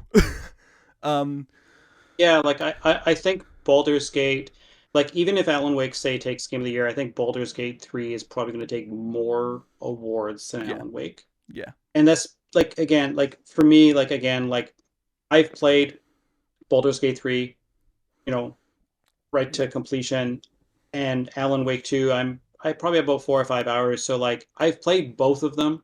Mm. And I don't know, I kind of see like for me, Baldur's Gate 3 to me is just the better game in regards to it capitalizes on every single system and thing that is nominated here. Like every single part of every single genre or category of its nominations, it is an industry leader now for that stuff. Like absolutely unreal. And I think Alan Wake, for the most part, does that same thing for most of its categories. I Mm-hmm. don't think all of it, because again, like I don't find the narrative to be enticing, Yeah. but that is because like again, like I'm not a massive Remedy fan. Like I liked Control aside from the map not working for my entire playthrough, Oh, the so map therefore was I the was map lost all was the time. awful. Just to be clear, the map was awful. Well, my map never worked, not Oh once. well. It was all black the whole time. I literally had to use their environmental storytelling Oh to wow. like get through to Oh play it. wow. And like Quantum Break is, it was good. Yeah, I don't think it was Quantum great. Break to me is their weakest game, but it's still a game that I would have considered a good game. Yeah. Is what I'd say So about like it. again, like I'm not a massive Remedy fan. So I mean like I don't have that same love for the studio that most people are and stuff Mm-hmm. like that. Cause like I thought Alan Wake 1 was fine. I don't remember absolutely loving it. I never played the expansion stuff for it. So like for me, it's like I think Alan Wake is an absolutely fantastic game. Like for me, like the highest that I think that I could go on it would be like an 8.5. So for me, it doesn't quite match the like I'm not seeing that 10 out of 10 that everybody You're else not is. quite seeing what everybody else sees. Yeah, I understand that. Yeah. I And understand that. that's fine. Like that's absolutely fine because And that's the thing. That's what I wanted to make clear earlier when you were saying that we, when we were talking about it a little bit earlier, and you were saying that we're in slightly different places on the game. I did want to make clear that like people, Jeff still really likes Alan Wake 2. He still rates it considerably highly, like 8.5 on our scale is high. I'm just in that, I am in that camp of I see the 10 out of 10. Even though, as you will be able to read in my review when it's done, I still do have some minor issues with the game. And my score may change depending, it could fall apart in the second half of the game for all I know. um, just hands it in. It's a 4. I'm like, oh my god, where did this go? but yeah, I'm going for the sake of being different. I'm gonna go with my heart and say that Alan Wake 2 does win So that we got final Team award. Edward and Team Jacob going And into the awards so there. so Alan Wake 2 is going to win Game of the Year in my that's what my heart tells me. I am going to say that with so that is my official prediction, but my caveat to it is that my head tells me that Baldur's Gate 3 is going to win Game of the Year, and Alan Wake 2 will be the game that sort of wins everything else. um, so I think they'll almost be like the flipped reversal situation between Red Dead Redemption 2 and God of War. The interesting thing about that year was I actually thought Red Dead Redemption 2 was Game of the Year that year, and it ended up being the one that didn't win the two big awards. So who knows? Maybe Alan Wake 2 is literally the same thing. It was too busy spending 3 hours going through a satchel for like a strip of leather. um, We are going a little bit long here, but I want to take a couple of minutes, Jeff. I'm going to ask you for one thing that hasn't been kind of. So, you can't say Baldur's Gate 3 will be shown, but I'm going to ask you for one thing that you think might show up in some sort of form at the Game Awards. Well, I mean, I think a guaranteed one that is sort of a cheat, and I won't have it as my main one though, is going to be the expansion for Elden Ring. I think that's a lock. Okay. I think FromSoft absolutely loves the Keeleys. I think in terms of like a complete, I'm, um, I'm gonna say Monster Hunter World 2. Oh, wow. Okay. Okay. Yeah, because like Capcom has announced something about a major unreleased title for next year. Interesting. Interesting. So I think we'll get a like a teaser trailer. I think it'll mostly be CG with maybe about, like a minute or so of like gameplay. I'm going to go somewhere else with mine. So I'm not going to go for the one that everybody thinks, which is GTA 6, because I think Rockstar are going to do their own thing. I don't actually think they They're will gonna be do at their the own thing. Game Awards. Otherwise Jeff would be screaming into the Yeah. mountains What I about having that trailer. what I do think, what I do think is that we will get, and I think it will either. I actually think this is one of the games that will either open or close in terms of being the first or last reveal on the show. Um, Yeah. I think we'll get Hellblade 2 gameplay and release date. I think that's what will Yeah. happen. Yep. My guess I was going with something that was completely so I think that yeah, I think we'll probably end up getting that too. And I think honestly, like I think we'll get the final trailer for the Final Fantasy VII Remake Part Oh, 2. yeah, that's a really good. But Yeah. I think what it'll do is after that trailer airs, Mhm. like it's going to be a two package. You're going to have the Part 2 trailer, and then it's going to cut to footage of the first remake Part 1, and then it's going to say releasing on Xbox spring of 2024. Can you imagine? um, if you want one that's more out there from me, I'll go with. I will go with. I think that we will see, and I'll stick with Xbox, but I do think this one is out there. I think we will see Gears 6. I could see a teaser trailer for them, but I thought I remember hearing something about Coalition was working on a new IP right now. So the rumor was they were working on a smaller game, which was going to come Yeah, out first, but nobody's heard anything about that since. So we don't know if it's been cancelled or whatever. But two. Game Awards is going to be interesting. But yeah, what were you going to say, Jeff? Two. Do you think we'll see it? Do you think we'll see a teaser trailer for the next Sony Santa Monica game that Cory Barlog is the game director on? I don't think so. And No. the reason I don't think that is because at the moment I actually don't think PlayStation even know what their own release schedule is, and I think that that's why we haven't Sure. heard as much about what is coming for them.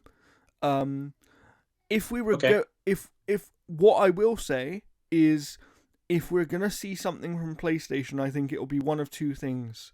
I think we will either see Last of Us Part 2 remake slash PS5 version, Well, or the PSN database was just updated, and mm, there's Last of Us Part 2 PS5 version apparently in the oh my code. god, um, or if they were more clever, I think what we will see is that Rise of Ronin game, um, which is supposed to be coming next year, Yeah. which is made by, is it Koei Tecmo, I believe, So but it's yeah, I think it's like I think it is because we were wondering like, whoa, hey, they have like Wolong and this, yeah. Yeah, so but I so think we'll get. I think we could see that one for sure. What was the other one you wanted to bring up there? Do you think we'll actually finally get gameplay for Indiana Jones? Oh my god. Ah. Well, there's a few. Do you think we'll get gameplay for Indiana Jones? Do you think we'll get gameplay for Wonder Woman? And do you think we'll finally get gameplay for Contraband? So I don't think we'll see Contraband because I think that will be. Yeah. I think that Xbox are going to start the year doing a developer direct again, and I think we'll actually see Contraband in that show.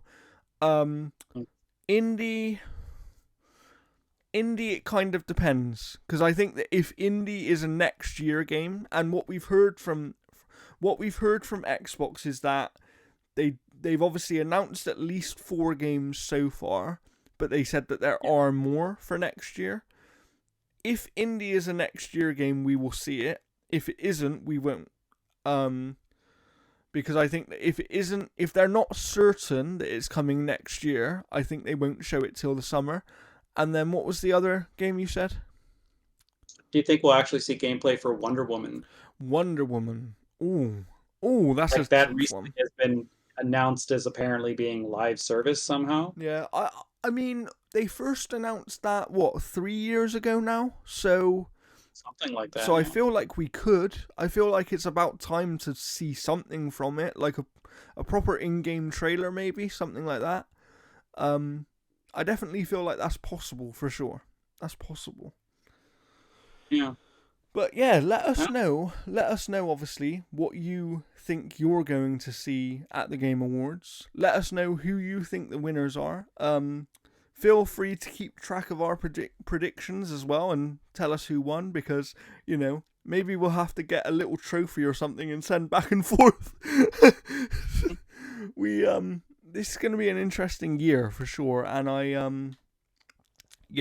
think that whoever wins these awards, I do want to say that all of these games should be proud of themselves for getting nominations and kind of in such a tough year. I'm hoping that this can be a celebration of developers and the games that they've made because they deserve it. They deserve it this year more than any other. Like I kind of wish that there were almost like some categories that were kind of based on that. Like you could have like best like indie developer of the year, best developer of the year in terms of like, This is you why know, I always like that Metacritic gives out Publisher of the Year. I actually think that that's yeah. quite a nice little award to give out, because And you just have like controversy kind of like like all the stories and stuff like that. Like it would like essentially disqualify you from certain things and Yeah. stuff like that. You could call it like the squeaky clean award. Like, come The on, Squeaky Clean Award. Oh god. like there's I have like one. because like I have one last question for you, Jeff, before we end here, because we are going long. This is is our there going to be a longest stage episode yet. crasher? No. Is there going to be a Is stage crasher? Good question. is which non-gaming related celebrity is going to turn up this year? Last year we had Al Pacino just turning up and talking for ages. Who's it going to be this Yeah, year, pretty Jeff? much. Who's it going to be? Oh God. Watch Vin Diesel show up again. Vin Diesel. I'm here to announce Riddick 3. My my my bet was The Rock. Yeah, oh God, if he does not say enjoy your gaming, it's just why have him there? And he'll be like, and this is how you do it though. You have the stage come up, and we see a gym, and it's a recreation of the Rock's gym, and he just recreates that whole like thing. I thought of Um, I actually thought of one more question, which is more gaming related. what if Keanu comes out and like gives an award out with Idris Elba? That would be cool. That would be cool. Yeah. Or what if Keanu gives out Best Performance Award? Idris Elba. Idris Yeah. Elba wins. That'd be funny. The one final gaming related question, and this is actually for everybody, but Jeff can answer it right now. Play it home. Will Kojima show up? And if he does, in what form? Is he bringing a game with him? Will it be Death Stranding 2? Will it be the Xbox project? What's he, is Kojima going to be there? I could honestly see him being there for that Xbox thing, but it depends on kind of what that is and whether or not a award show really fits with that stuff. Because I mean, they could be saving that for a developer direct as well too, just because it's being an Xbox thing. And it's also a big thing for Xbox, right? So they might want to save it for their own thing. Yeah, because legally they may not be able to. They may have signed some type of like advertising or like promotional type of thing, like PlayStation gets with Capcom and all that kind of stuff. Yeah, that's true. That's true. Or Square Enix I and mean, whatnot. that's part of the reason that I think that if Kojima does show up, I actually think that it's more likely he shows up with Death Stranding 2, because I have a feeling, and I could be completely off base with this, but I have a feeling that Death Stranding 2 will come out next year. I think it'll be a next year game. Who's publishing it? Is it 505 or Sony? No, I think Sony. I think Sony's publishing it. I could be wrong, but I think they are, because I think the word that I heard on it was that they got a little bit nervous about Kojima's relationship with Xbox, so they basically went to him and offered to make Death Stranding 2. Okay. Yeah, because I was going to see whether or not it was 505, and then it comes to Xbox, whatever. But I think they own console exclusive rights, which is why I think the problem is that Sony technically own the IP, so it's kind of like how Xbox used to own the Alan Wake IP, even though it was developed by Remedy, and then they obviously sold Remedy the IP back.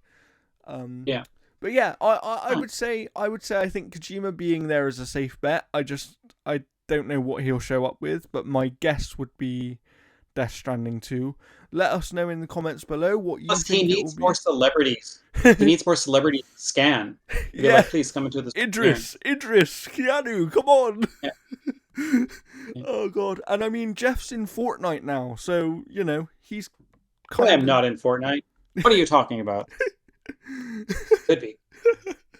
But yeah, we will see you next time. I'm actually not sure what we're going to be talking about next week. It will probably be a more news-focused week, because we don't have a main topic for next week yet. The week after, I am planning to record the Alan Wake 2 spoilercast. Basically, we're going to be having Luke from Eat Sleep Game on that episode, so we have to record it on a little bit of a strange day for us, we basically have to wait until Jeff is off on the weekend, which isn't very often for Jeff, and that's why that episode's going to be delayed slightly. But at the moment, the plan is news-based episode next week with a topic if we can think about it. Alan Wake Yeah, 2. Alan I'll Wake have some 2. played. You'll have some played games. Yes, you will actually. Jeff will have some played Yeah, games. because I'll have like a good amount of time with Like a Dragon Gaiden, the man who erased his name. Yeah. By then I should have already beaten Last Faith, and I'm going to be putting a lot of time into Dredge and its expansion pack as well. So The there Pale you go then. So next week I will have played some more games as well, because I am going to be focusing on Alan Wake 2, but there are a few other things I want to sort of pop into and try out as well. So next week, news-based and what we've been playing to catch up on that, because we haven't been here for a while. The week after, the plan is Alan Wake 2 spoiler cast at the moment. And then the week after that should be our reaction episode to the Game Awards itself, because Game Awards is obviously early December. And then, all being well, the week following that, we'll do our Game of the Year episode. So, we got some good episodes coming up. So, please, as I said before, remember to subscribe, like, comment with any feedback. It really does help us, because we're still building out this show. We're only a few episodes in. Go and check out the website. Jeff, I'm sure... Yeah, we put out... so the newest reviews we've put out is RoboCop Rogue City, which for me is a Game of the Year contender. It's also one of the best uses of Unreal Engine 5 so far. It really is. I can speak to that. It's a great use of the engine. Absolutely stunning game. People in the facial animations, not so much, but everything else about that game is gorgeous. It plays super fun. Teardown is available on next-gen consoles. It runs extremely well. It is the best heist game you'll ever play, so suck it, Payday 3. Teardown is the king of heist games. And Nickelodeon All-Stars Brawl 2, that review is tossed out as well too. You can find us in the Accolades trailer for it on the official Nickelodeon YouTube channel. We gave it an 8 out of 10. It is a much better improvement over the previous game, and it's got a really good story mode, and it's got some really it is what that game should have been right from the get-go. But those are the latest. And I'm going to add a new section to the podcast here at the very end, and it's a task for people. This is called Analog Stick Gaming Trivia. Okay? So I want you to go to the website, and I want you to find what was the very first game that we gave a 10 out of 10 on the website. And put that game in the comments. I don't even know if Jeff remembers what it is, but I do, because I've been updating the scores recently. So I'm not too sure, actually. So go and find that and put it in the comments. And, eventually we're going to keep doing some sort of trivia every week. That's my plan. A little bit of trivia from our website. And eventually we might have a prize or two to give away.